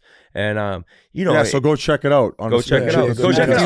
After you watch this, you should go check it out. Check that out. Go check it out. And yeah, and Biz had a conversation with him, and there's evidence. He called me. there's evidence that he, he's not a fan of mine. So it kind of is what it is. But we are in the mix. Yes, that's a long answer. That's how we got in the mix, and just kind of like, I don't know. But at the same time, we had 2 current GMs on the same episode that's live right now. So it's like, if we got 2 GMs that are friendly enough and good enough to us to come on, well, one GM really doesn't like me. I mean, we're still doing pretty well with St. Louis and Minnesota. Doug Armstrong and Billy Guerin coming on and talking to us about their teams. Mm-hmm. Right. Now, when you go out and talk about the player and like they offered him X, Y, and Z, are you getting that from the players' camp? And if so, like, no, and you wouldn't say who you're getting it from, anyways. Got you. Like hockey, I'm almost thinking if Ian Rappaport or Ryan or Adam Schefter. Yeah, Adam Schefter, like, he ain't giving up sources. Yeah, you can't. The minute you say your sources, you'll never get another source. Right. I mean, imagine how many fucking sources Adam Schefter has. Yeah, he's got to have. He gets every bro. breaking. Elliot Friedman's similar to that in the NHL. Yeah. Mm-hmm. They're breaking the biggest news. So they got mad sources, and they're not. Do you ever get giving in any of them? Like, do you ever get worried about like players wanting to come back to like that player was like, hey, why would you be saying that? Yeah, like but I wouldn't say something. I don't think like me saying what I heard. I don't know Jeremy Swayman, but me saying the offer the Bruins gave him, I know that would never hurt him. I'm helping him in a sense of like everyone's like, that's the fucking offer they gave him. Right. Yeah. If I didn't know the guy. Well, I guess I would say this, but if I'm like, I heard this team offered him 10 million euros, he's not taking it, so he'd look bad. I don't know if I'd share that. Do you know what I'm saying, Biz? Yeah, you're more for the player than the coach. I wouldn't have a problem saying. Yeah, I guess if I didn't know him, I wouldn't. But I would be honest about saying, if you think you're fucking worth more, then I guess try and get it. But I think he's being a little greedy in this sense. Yeah, that's true. If that was the case, but also one part of the story too, I think he was just frustrated. He completely fumbled the situation, which I think he's done. And then to go radio silent for 3 weeks in the summer. Which he denies, we should say. Yeah, which he's denying. That's what the same source is saying. So he never denied the number. So obviously the source is legit. Why would he lie about the time that they didn't talk? There was radio silence for 3 fucking weeks. You still haven't signed your star goalie. So what's going to happen? Is this going to get drawn out to December 1st? That could happen. And it's crazy. Which would be crazy because if at that point he doesn't sign, he has to sit out the full season. Is there a situation like that in the NFL where if your deal's not done by a certain game? You said week 10 to me earlier. I asked him this earlier. Oh, week 10? No, I have no clue. I think Big Cat might have said that. Yeah, I'm not sure. There's only been a few situations where guys have sat out the entire year. I don't think there's like a cutoff where you have to like sit out. Who was the biggest player to ever be like, no, not enough. I'm not playing this year? I mean, there was Le'Veon Bell. And he didn't play the whole year? He didn't play the entire year. And it didn't work out? No, the only person I've ever heard. He was in a boxing match, too, for like short money, wasn't he, too? Like, he's not doing Williams, and, bro, too. he was the man, for real. Like, he was the man. Him? Yeah. He got bad advice. He's such a unique style of player, too. He just, like, sat behind his line and kind of just looked around a little bit, then went. Read it, and then crazy. boom, pounds like a cheetah. And that's, like, a weird way to play. But he was so effective. Trent Williams. That's what I was going to say. Trent Williams is the only player off the top of my head that took a year off and came back, and you're like, yeah, he's still him. Still the fucking man. He sat out a year, didn't accept. To me, Trent Williams. Did he make more? Did he get what he was looking for? No, I mean, I'm saying that year he lost his salary, but because he hated how Washington kind of bought some of his surgeries. Is that the guy in San Francisco now? Yeah. He's like the best offensive lineman in the league. Yeah. To me, Trent Williams is the greatest offensive lineman in the history of the game. He's the number one player ever. He's a 99 guy in NFL. Having that be your position. Yeah, he's the man, dude. And that's it's like me with the same guy you're talking about who sat out a year. Yeah, he's one of the best. I think he's like he's on like the Mount Rushmore of offensive. Wow, he's got to be up. Another guy who's probably on the Mount Rushmore, if not the best, was that Aaron Donald. Oh yeah, right. Was he the best pass rusher of all time? Such an argument. He's arguably the best defensive player of all time. Really? Like, who was the other guy that people would say? You have Lawrence Taylor, Reggie White. Reggie White was a monster, bro. I said it before him. What made Aaron Donald so effective? He was just this like massive human that pounced so how fast. Great he was in the short amount of time that he played. Like he doesn't have how many years did he act? 9? Or he played one more year than me. 10. But I'm saying somebody like that, like he could have played at least 15. and showed no signs of stopping, no signs of Right, slowing that's what down. I'm saying. It's like Megatron right. for the Lions. He just was like, I'm Why the best. did I'm he done. shut it down? That's it. He was The way he phrased it is, he's like, I've achieved everything I could possibly achieve in this game. Like I've given everything. Like I'm tapped out of giving everything. Right. I And think I I'm did just it ready all. to move on, Right. bro. From the minute he stepped on the field, he was a Pro Bowl All-Pro guy. From the minute Rookie year. he was the 13th overall pick my year, was defensive rookie of the year, and then went on 9 straight Pro Bowls after that, and I think 6 All-Pros. Yeah. 3 defensive player of the years. It might be What? 2. Dog, I'm telling you, like He was the Just guy a- for Dude, 10 he was a years. monster. dude. for bro. 10 years, and it was like he played 3 technique for the most part, so that's on the guards. So tackle, guard, center. I know I don't want to sound No, disrespectful. I'm no, just trying to explain it. Like, and when we would play the Rams, whether they're in St. Louis or in LA, you just look at the guards throughout the week, and you're like, You're fucked. you poor motherfuckers. Yeah, and then this motherfucker starts playing on the edge every once in a while. I'm thinking, Getting God you. damn it. Did he ever get Yeah. you? Did he ever burn No, you? he never got me. Okay. But it's very different. Like there's with rushers, it's very unique for a guy to be able to play multiple spots. Like you look at a guy like TJ Watt, he's on the right tackle, and he's one of the most effective all-time rushers of all time. His brother JJ could go tackle, guard, center, guard, tackle. And that is so hard to game plan because he essentially goes down the line in the beginning of the game, figure out who's got the yips that day. Who's the weak Yeah, guy? Kiss No legs. way. Fucking takes him out the whole day. And Oh, you're like, no. And so you get like my rookie year, I got tested by JJ, What a and monster, luckily I right? had some success. No shit. And I was like, Stayed away. He kind of stayed away after that. I was like, thank God, because the dude was a fucking stud, and he would just go find one guy, and then after the first quarter, Where's Watt in that conversation? Top 20 all time? oh, he's top 20 for sure. Yeah, Top I 20 would say defensive so. lineman of all time. Yeah. Someone It's just- at Barstool told me, sorry to interrupt, but quickly, you'd appreciate this, that Christian McCaffery might retire way sooner than people think. Why? Oh man. We need him, I man. would love. Yeah. It was a straight up rumor, but I was like, what? And he's like, yeah, I wouldn't be surprised. But I got a source at Barstool, so Yeah, can't share who but said that, but Barstool's you got think that's crazy crazy? sources. They've gotten that's like Jersey the most Jerry? insane place to grab a source. no, I don't. Is in these that's halls. So I crazier. can't That might give be it away. crazier than the Taylor Swift getting paid by the NFL. Take Hey, that. honestly, I was ready to give that legs. I He's was got- ready to he's got give the that wheel legs. by the balls, Yeah, right? I think that's a Who? fun conspiracy Christian theory. McCaffrey?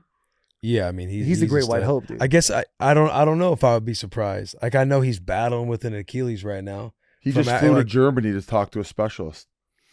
He's had a lot of injuries, right? No, not really. No. Or maybe it was another country, like, but a he's foot. overseas. How I long think he had has a he been foot doing one it? I year. think he's been hurt a couple times. When he was at Carolina, I think he had like a resurgence of Yeah. health when he went to 49ers. And I could be messing that up. You know who I love from that Panthers team was that linebacker, the white guy. Luke Kuechly. Oh, Kuechly. dude, that That guy guy was was seemed a like the best guy machine. If ever. Will were to stand up Football right now, porn, he'd be bro. hard as a rock. That's his Oh, king. that's That your was your I guy. love guy? Kuechly. I think He just seemed like the he didn't get coolest to guy. play as long as he wanted to, or everybody else Conkeys, wanted right? him to. Yeah, he ended up retiring. Yeah, from concussions. And bro, But he legitimately could have been like the He best was- linebacker of all time. he I mean, was- Ray Lewis has an insane resume, but Luke was somebody who was His brain, though, right? Oh, he bro, would he see was the a- play before it happened. absolutely. And he Bro, was we- nails, absolutely. though. He was nails, too, right? Bro, he would Yeah, now. yes. I'm All gonna right, be here talking comes- some foreign I language. love this shit. I love this He's- shit. he's But got- I he's remember hard. a Dallas game, and it was on Thanksgiving, I believe.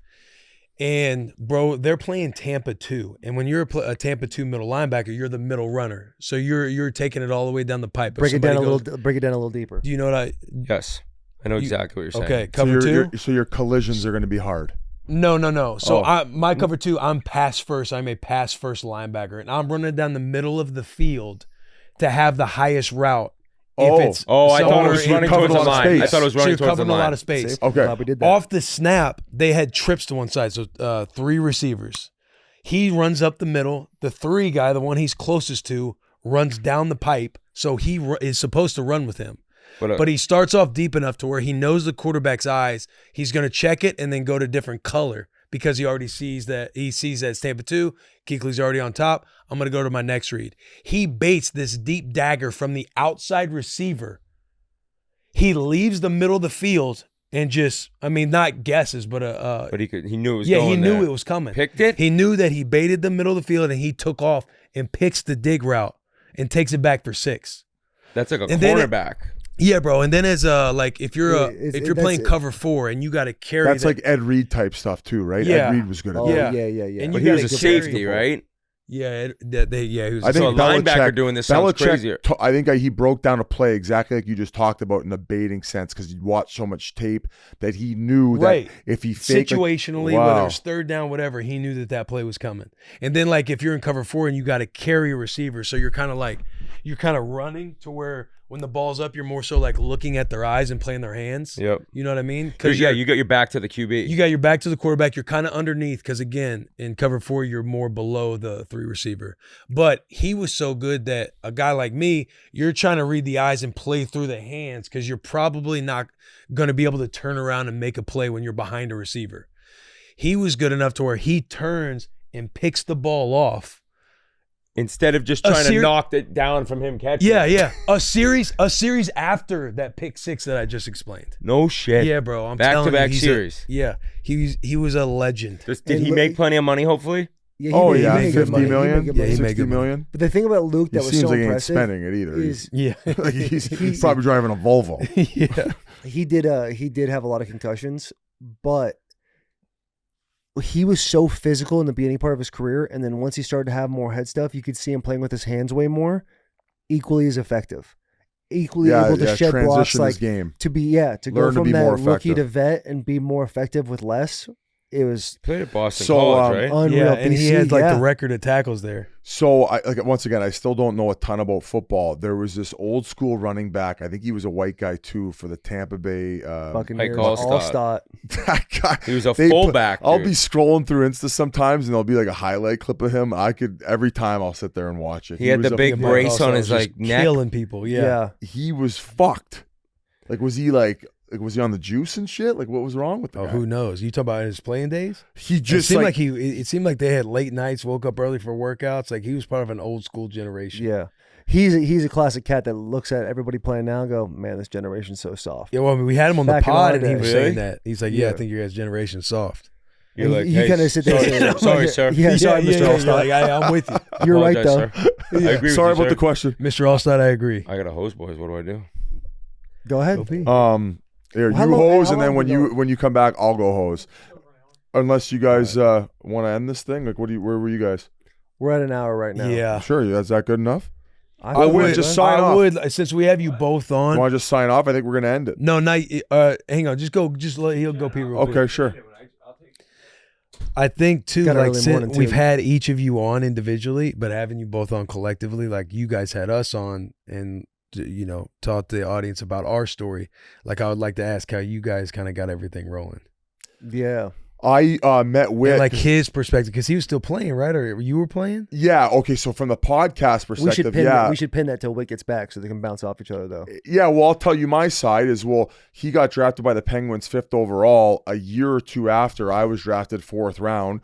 So we ended up in the same organization. He played a lot more in the NHL, but the first year that I'd cracked the lineup, I got to play, I was there for 26 games. So I got to hang out with him and like never really connected with him that much in training camp, but he's just this fucking silly bastard from Boston. And through that short period of time, we connected. He ended up getting traded off. I played with his good friend, Keith Yandel. We kind of kept in touch and then somehow ended up on a PTO together, like a player tryout in St. Louis towards the back half of our career when I never played another NHL game after that prior season. Yeah. So we were there on the PTO and we were just going to every meal together and hanging out and going out to the bar and having some beers.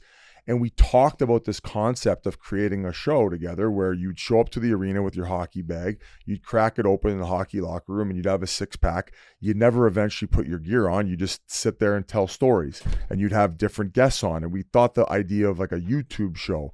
So fast forward, I was still playing for another 3 years. He retired and he tweeted out like, hey, how about starting a podcast with a couple guys, one of me being on it. And I messaged him. I said, hey, I'm not going to hang them up yet and I can't start a podcast because I know how I am and I'll let it fly and I'll be fucking getting snipped before I know it.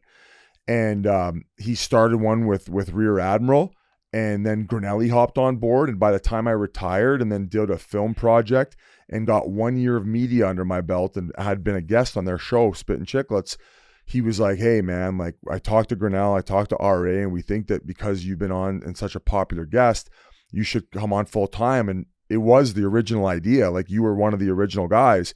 And so I'm like, yeah, like, and by the time I finished that first season and had that under my belt of doing radio, color commentary for the Coyotes, I agreed to it, and the rest is history. I'd already had a Twitter base of 1 million people.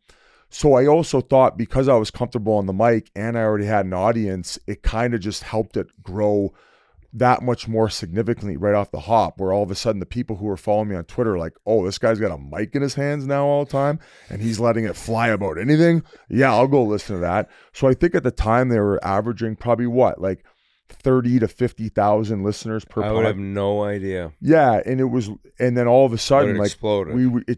we gained momentum, and then after getting maybe 150,000 listeners on average, we were able to get our former teammate in Pittsburgh, Crosby, in Halifax, and then we got Nathan McKinnon on that same trip. So we had these big milestone moments along with creating more vertical brands like the Sandbagger, and it's just evolved over the last, I think it's been 6 and or 7 years, at least 7 since I retired. So it's been magical and it's been unreal and it's been a fun ride. And more importantly, like, we get to stay around the game and have a purpose when we wake up every day, like we talked about earlier, like bringing these awesome interviews and getting to talk to these awesome guys and bringing the fans a more exclusive inside look, like feeding what they want. So that was my rendition of how it all went down, and I don't know what you'd have to say about it, Whitty, now that you're back from I told this story on the first time I came on the bus. It's pretty much exactly the same thing. And it's like, timing's everything. Every time I meet somebody that asks about the pod, it's like, timing's everything in life. You gotta get lucky. Podcasts, as this thing began, I didn't even know what a podcast was, really. They were so early. Did you try to start it now? It's just not, it's not the same. We were lucky. We were I'm not going to say we were first, but we were early on. Mm-hmm. So timing's everything. He retires. He doesn't get in it right away. And like, who knows? Like, then I started with RA, right? Maybe he wouldn't have been in it had he already been retired. So like, boom, then you got RA involved in it. And then the way we met Grinelli, our audio broke. Me and RA, one of the episodes, sat this close to each other, shared a microphone, and the audio ended up breaking, or that might have been a different story. Either way, RA got an email that night. No, he'd gotten it a few weeks prior and ignored it. And then from Grinnell, whatever the receiver system RA had, it was janky. It was RA, and like, he just had it at his house. Like, this was mom and pop style, right?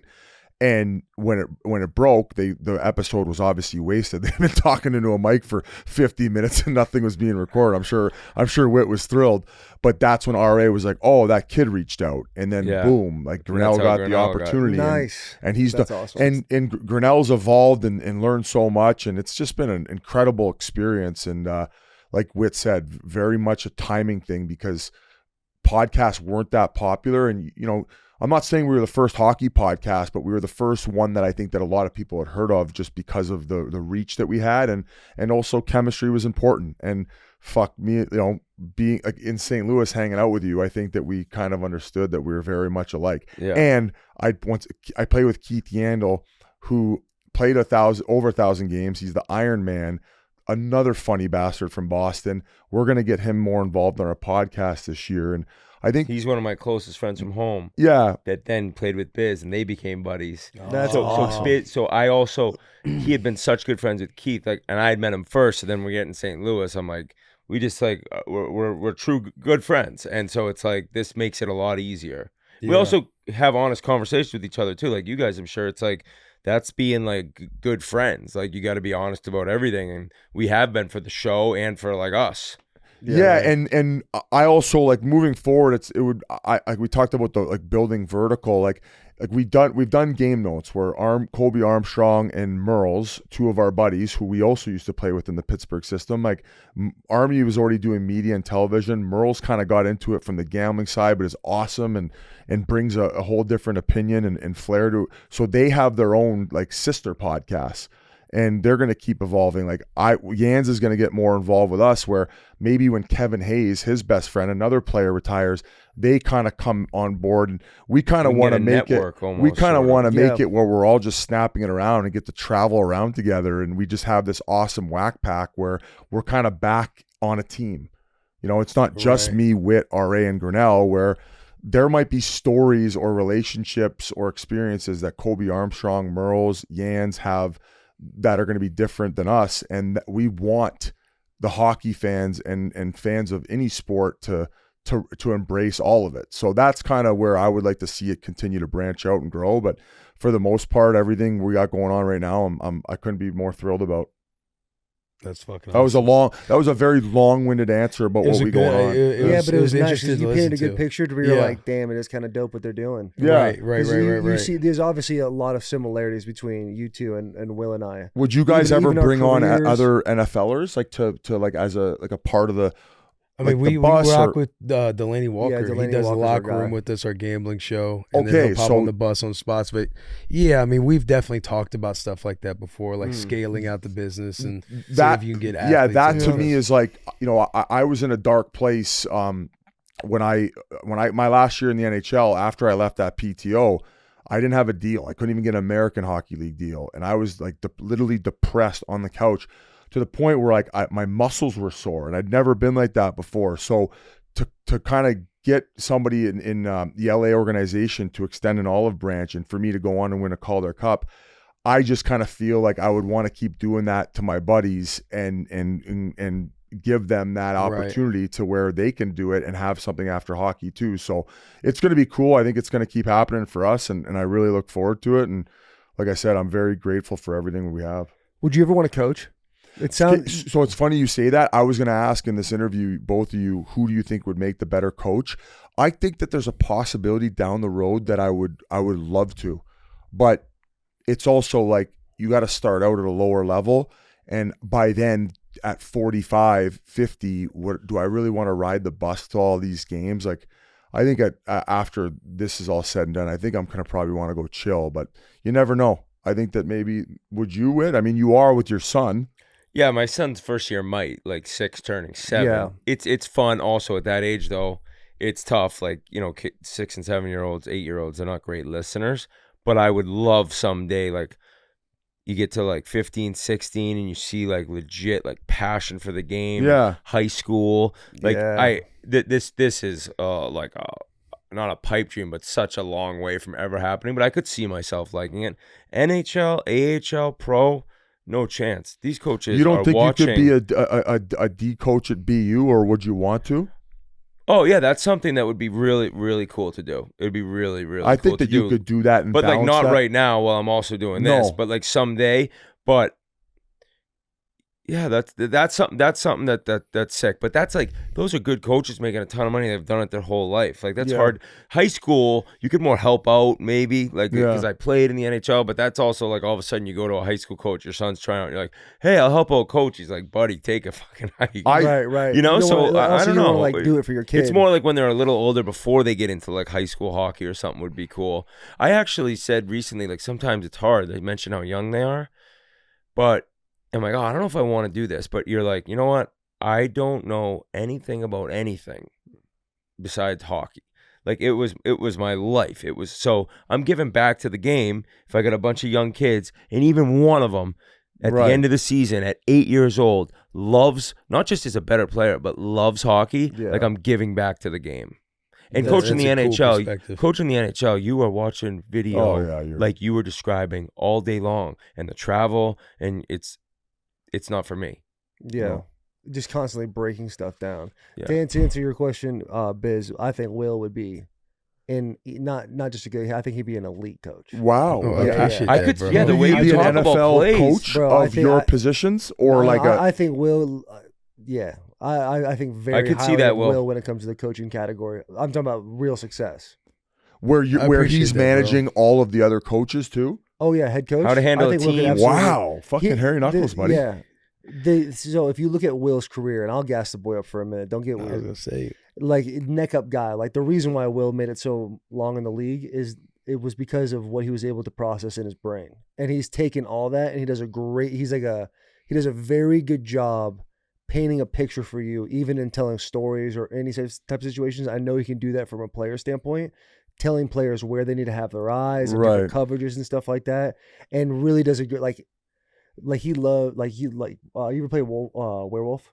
No. You ever play the game Mafia? It's like a card game where you're like, essentially like there's 2 bad guys and the rest of us are trying to figure out who the bad guys are. And Okay. it's a game of strategy.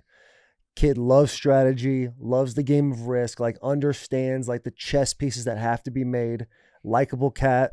Easily could be a fantastic Would you do it? coach. I don't know about you Would as you a do it, coach, Will? but I don't want to play you in Battleship board game the way he's describing Yeah, it. holy Hey, shit. we have He's the some second good best nights. Risk player I've ever Yeah, seen. I was gonna say we have some fun nights playing Risk. You know what's the board funny game about what he Risk. said? I got a hose quick. Is that NHL, you've seen a lot of examples, or maybe more examples of the grinder, of the guy who worked his dick off to get there and was maybe a fourth or a third line player. I'm not dogging you anyways, but Yeah. those are the guys, whereas like a superstar, like a Kuechly, not, this is just an example, but like maybe the game was so easy to him, it's harder to coach.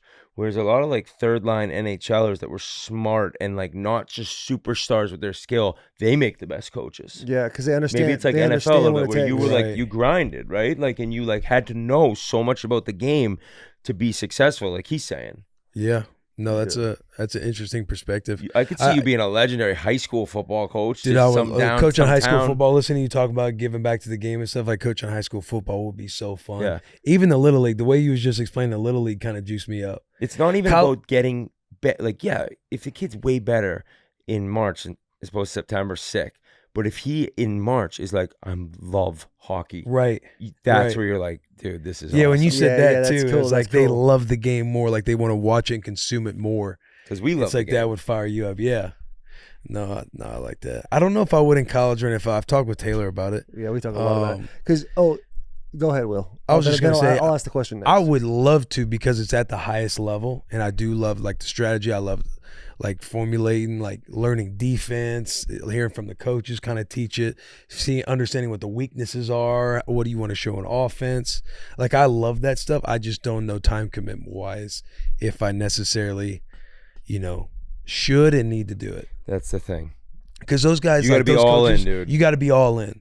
And not that, like, a lot of them have great families, but the family life to me, it just It's doesn't tough. seem crazy like, bad. buddy. Family life. Crazy. NFL is nuts. You hear about head coaches and you hear about like they don't see their family Never. during At the all. season. And even as Never. players, like you have hardly any time during the season, and their hours are way I was worse. just saying, way their worse. hours are way there's- crazier than ours. Like for me, there is zero. Like I have zero aspiration to be a Yeah. coach anything. Yeah, and part of that is probably like I have a lot of money, and it's like I'm sure.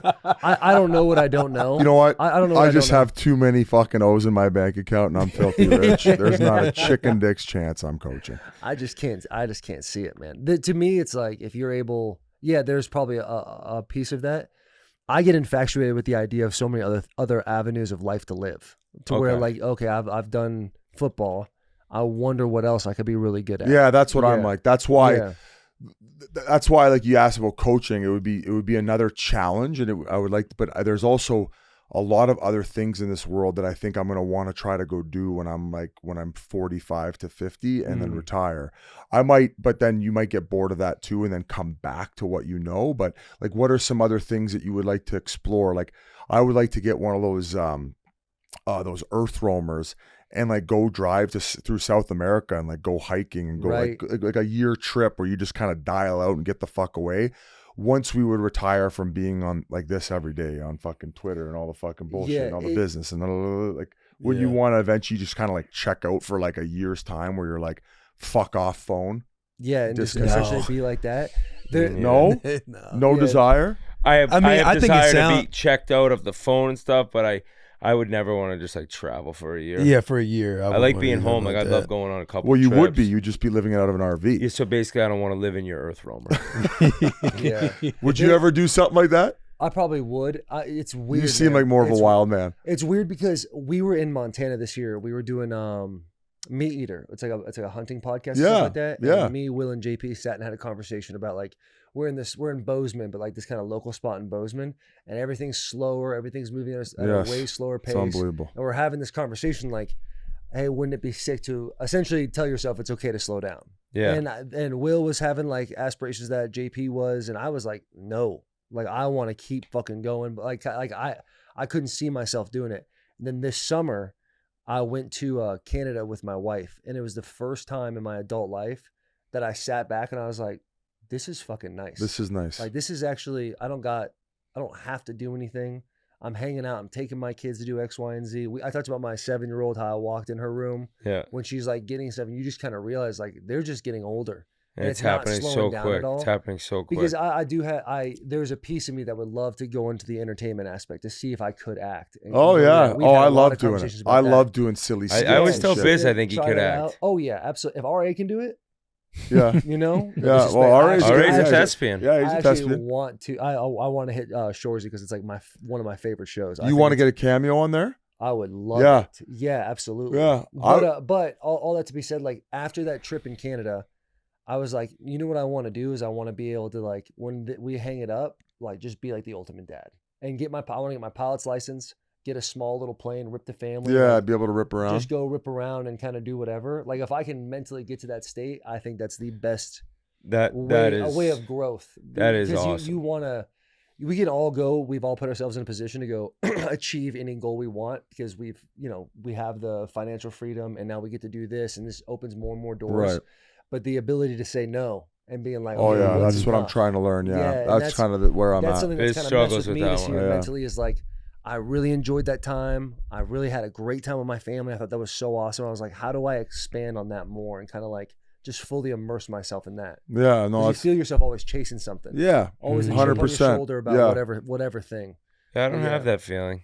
You do or don't? No, you're good. Yeah, Whit's really good about balance. I don't have that feeling at all, and I think sometimes it'd be helpful to have it more. Oh, hey, we lost the camera, so we'll. Sorry. Oh, that's okay. I just want to check it. I'm sorry. No, not at all. We should hang it up soon. Yeah, I guess we gotta get the twisted question. Yeah, we'll do twisted question, but I want to talk Shoresy for a second. Okay. I've never watched it. Yeah, we're still good. Sorry about that, guys. That's okay. Yeah, we had a camera no stress drop. at all. Sorry about that, guys. So yeah, Shoresy, RA obviously was in the last 2 seasons. Have you guys been reached out to at all about being on that show? No. So I actually got asked to do Letterkenny early days. God, that'd have been sick. Yeah, and I got the role of like basically I was just like ripping lines and I was a maniac. And so basically myself, method actor, at least at that time. And then the Coyotes, it was my first year and I hadn't even been on the podcast yet. And I put it across my boss's desk and he said, no, you can't. Like the team would basically fire me and then I'd be out of a job. So that was a missed opportunity. And then it kind of just never really came back up because they had the spinoff show. But fortunately for a guy, Terry Ryan, who we have on the podcast all the time, he's 10 Hitchcock. Oh, for real? Yeah. So say it real fast. I think that Jared Kiso kind of learned the legend of Terry Ryan through our podcast. I may be mistaken. That's at least what Terry Ryan says. So there have been people from our podcast, including RA, who have touched the show. I would be honored to be asked. I don't know what my character or what I would do on it. But yeah, I would love to do that. And Whit's good too. We did that McDavid commercial for Body Armor and you were fucking 10 out of 10. And you're really good at ad-libbing. Thanks, bro. That's nice. We did a Pink Whitney commercial that played like during the NHL playoffs. I'm talking time like for harder shot 3 times a game for 4 months, and people were like, "Yeah, it's like get these guys off my fucking television. Enough of these too." But it was an original Is it Pink Paul, Whitney commercial. Paul Bissonnette or Paul Missed? Dude, I remember it was probably buddy. That was the line. That was the line. That was the line. Bud. That was the line. Buddy, 3 or 4 times every single game. All playoffs long, people wanted me dead.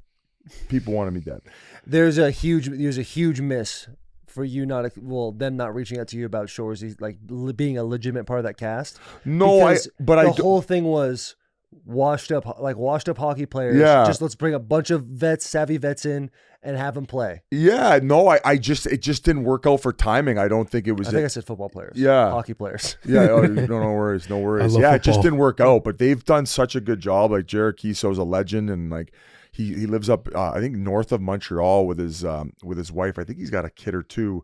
And he just writes these scripts and he has his own team and he executes it. Like there's so much time and energy that goes into that shit. And I think that they just signed a deal where they're going to be doing at least 2 or 3 more seasons after this one they're currently filming. He's a G. His talent, his creativity is impressive. It's so impressive. It all spun off of Letterkenny. Produce, act, star. Yes, like, I think the world of Jared Kiso. I think he is. Oh, have you met him? No, but I just from him and his craft. Oh, he would love it. He would love you. I bet you he would give you a part in the show. Well, I want to earn it. Yeah, I want to earn it. Yeah, Give me a read, Jared. Yeah. Game Time. Football season is here, and we can't wait to get out to some games this fall with the help of Game Time, the official ticketing partner of Barstool Sports. You know how much we love Game Time, and now with their brand new Game Time Picks feature, they're making it even easier to get to a game. Game Time Picks filters out the fluff to show you incredible deals on great seats so you don't have to waste time searching through thousands of tickets. Again, we have the 400th consecutive sellout coming up. I'm sure there are still tickets available on the Game Time app. Go buy those up if you're in Lincoln, Nebraska. Just pull up your chosen event, turn on the GT Picks setting at the top of the screen, and browse the best local Game Time Picks deals near you on your Game Time app homepage. What are you guys waiting for? Download the Game Time app today and use code BUSSIN, that's BUSSIN, to easily score great deals with the new Game Time Picks. What time is it? Game time.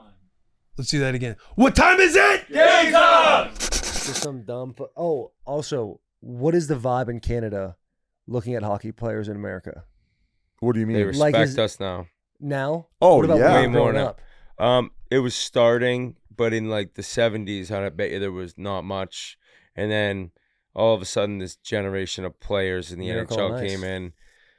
Yeah, not even then though. Like that 1980, that It's because the NHL was mostly Canadian stars, you know, and USA Hockey's just built and Well, built and built. and the growth of it in the United States, where all of a sudden, like Dallas, when did Dallas get there? Around like 97, 98? Probably 95, 95, 96. Maybe 95. So all of a sudden now 94. that they have a youth program, they have former players that love Dallas, no state tax, made all this money down there, and they get to live in a nice place in the States.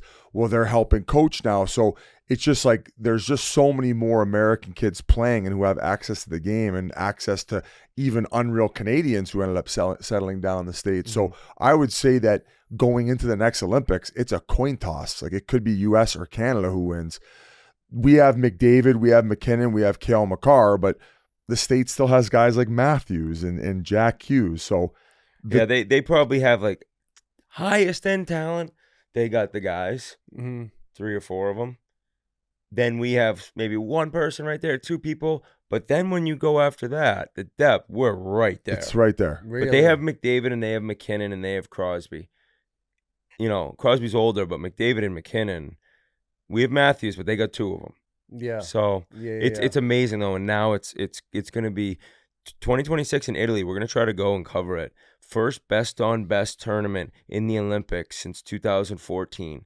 So all of these stars for the past 10 years have never played best on best in the Olympics. Yeah, Crosby and McDavid and it's coming back. have No never played together on Team Canada best on best. And they'll have the opportunity at the 4 Nations, which is this year. It's almost like a precursor to reintroduce best on best. There's only 4 teams, which sucks. But the Olympics, especially if they get Russia back in the mix, They need Russia. They in the need games. Russia.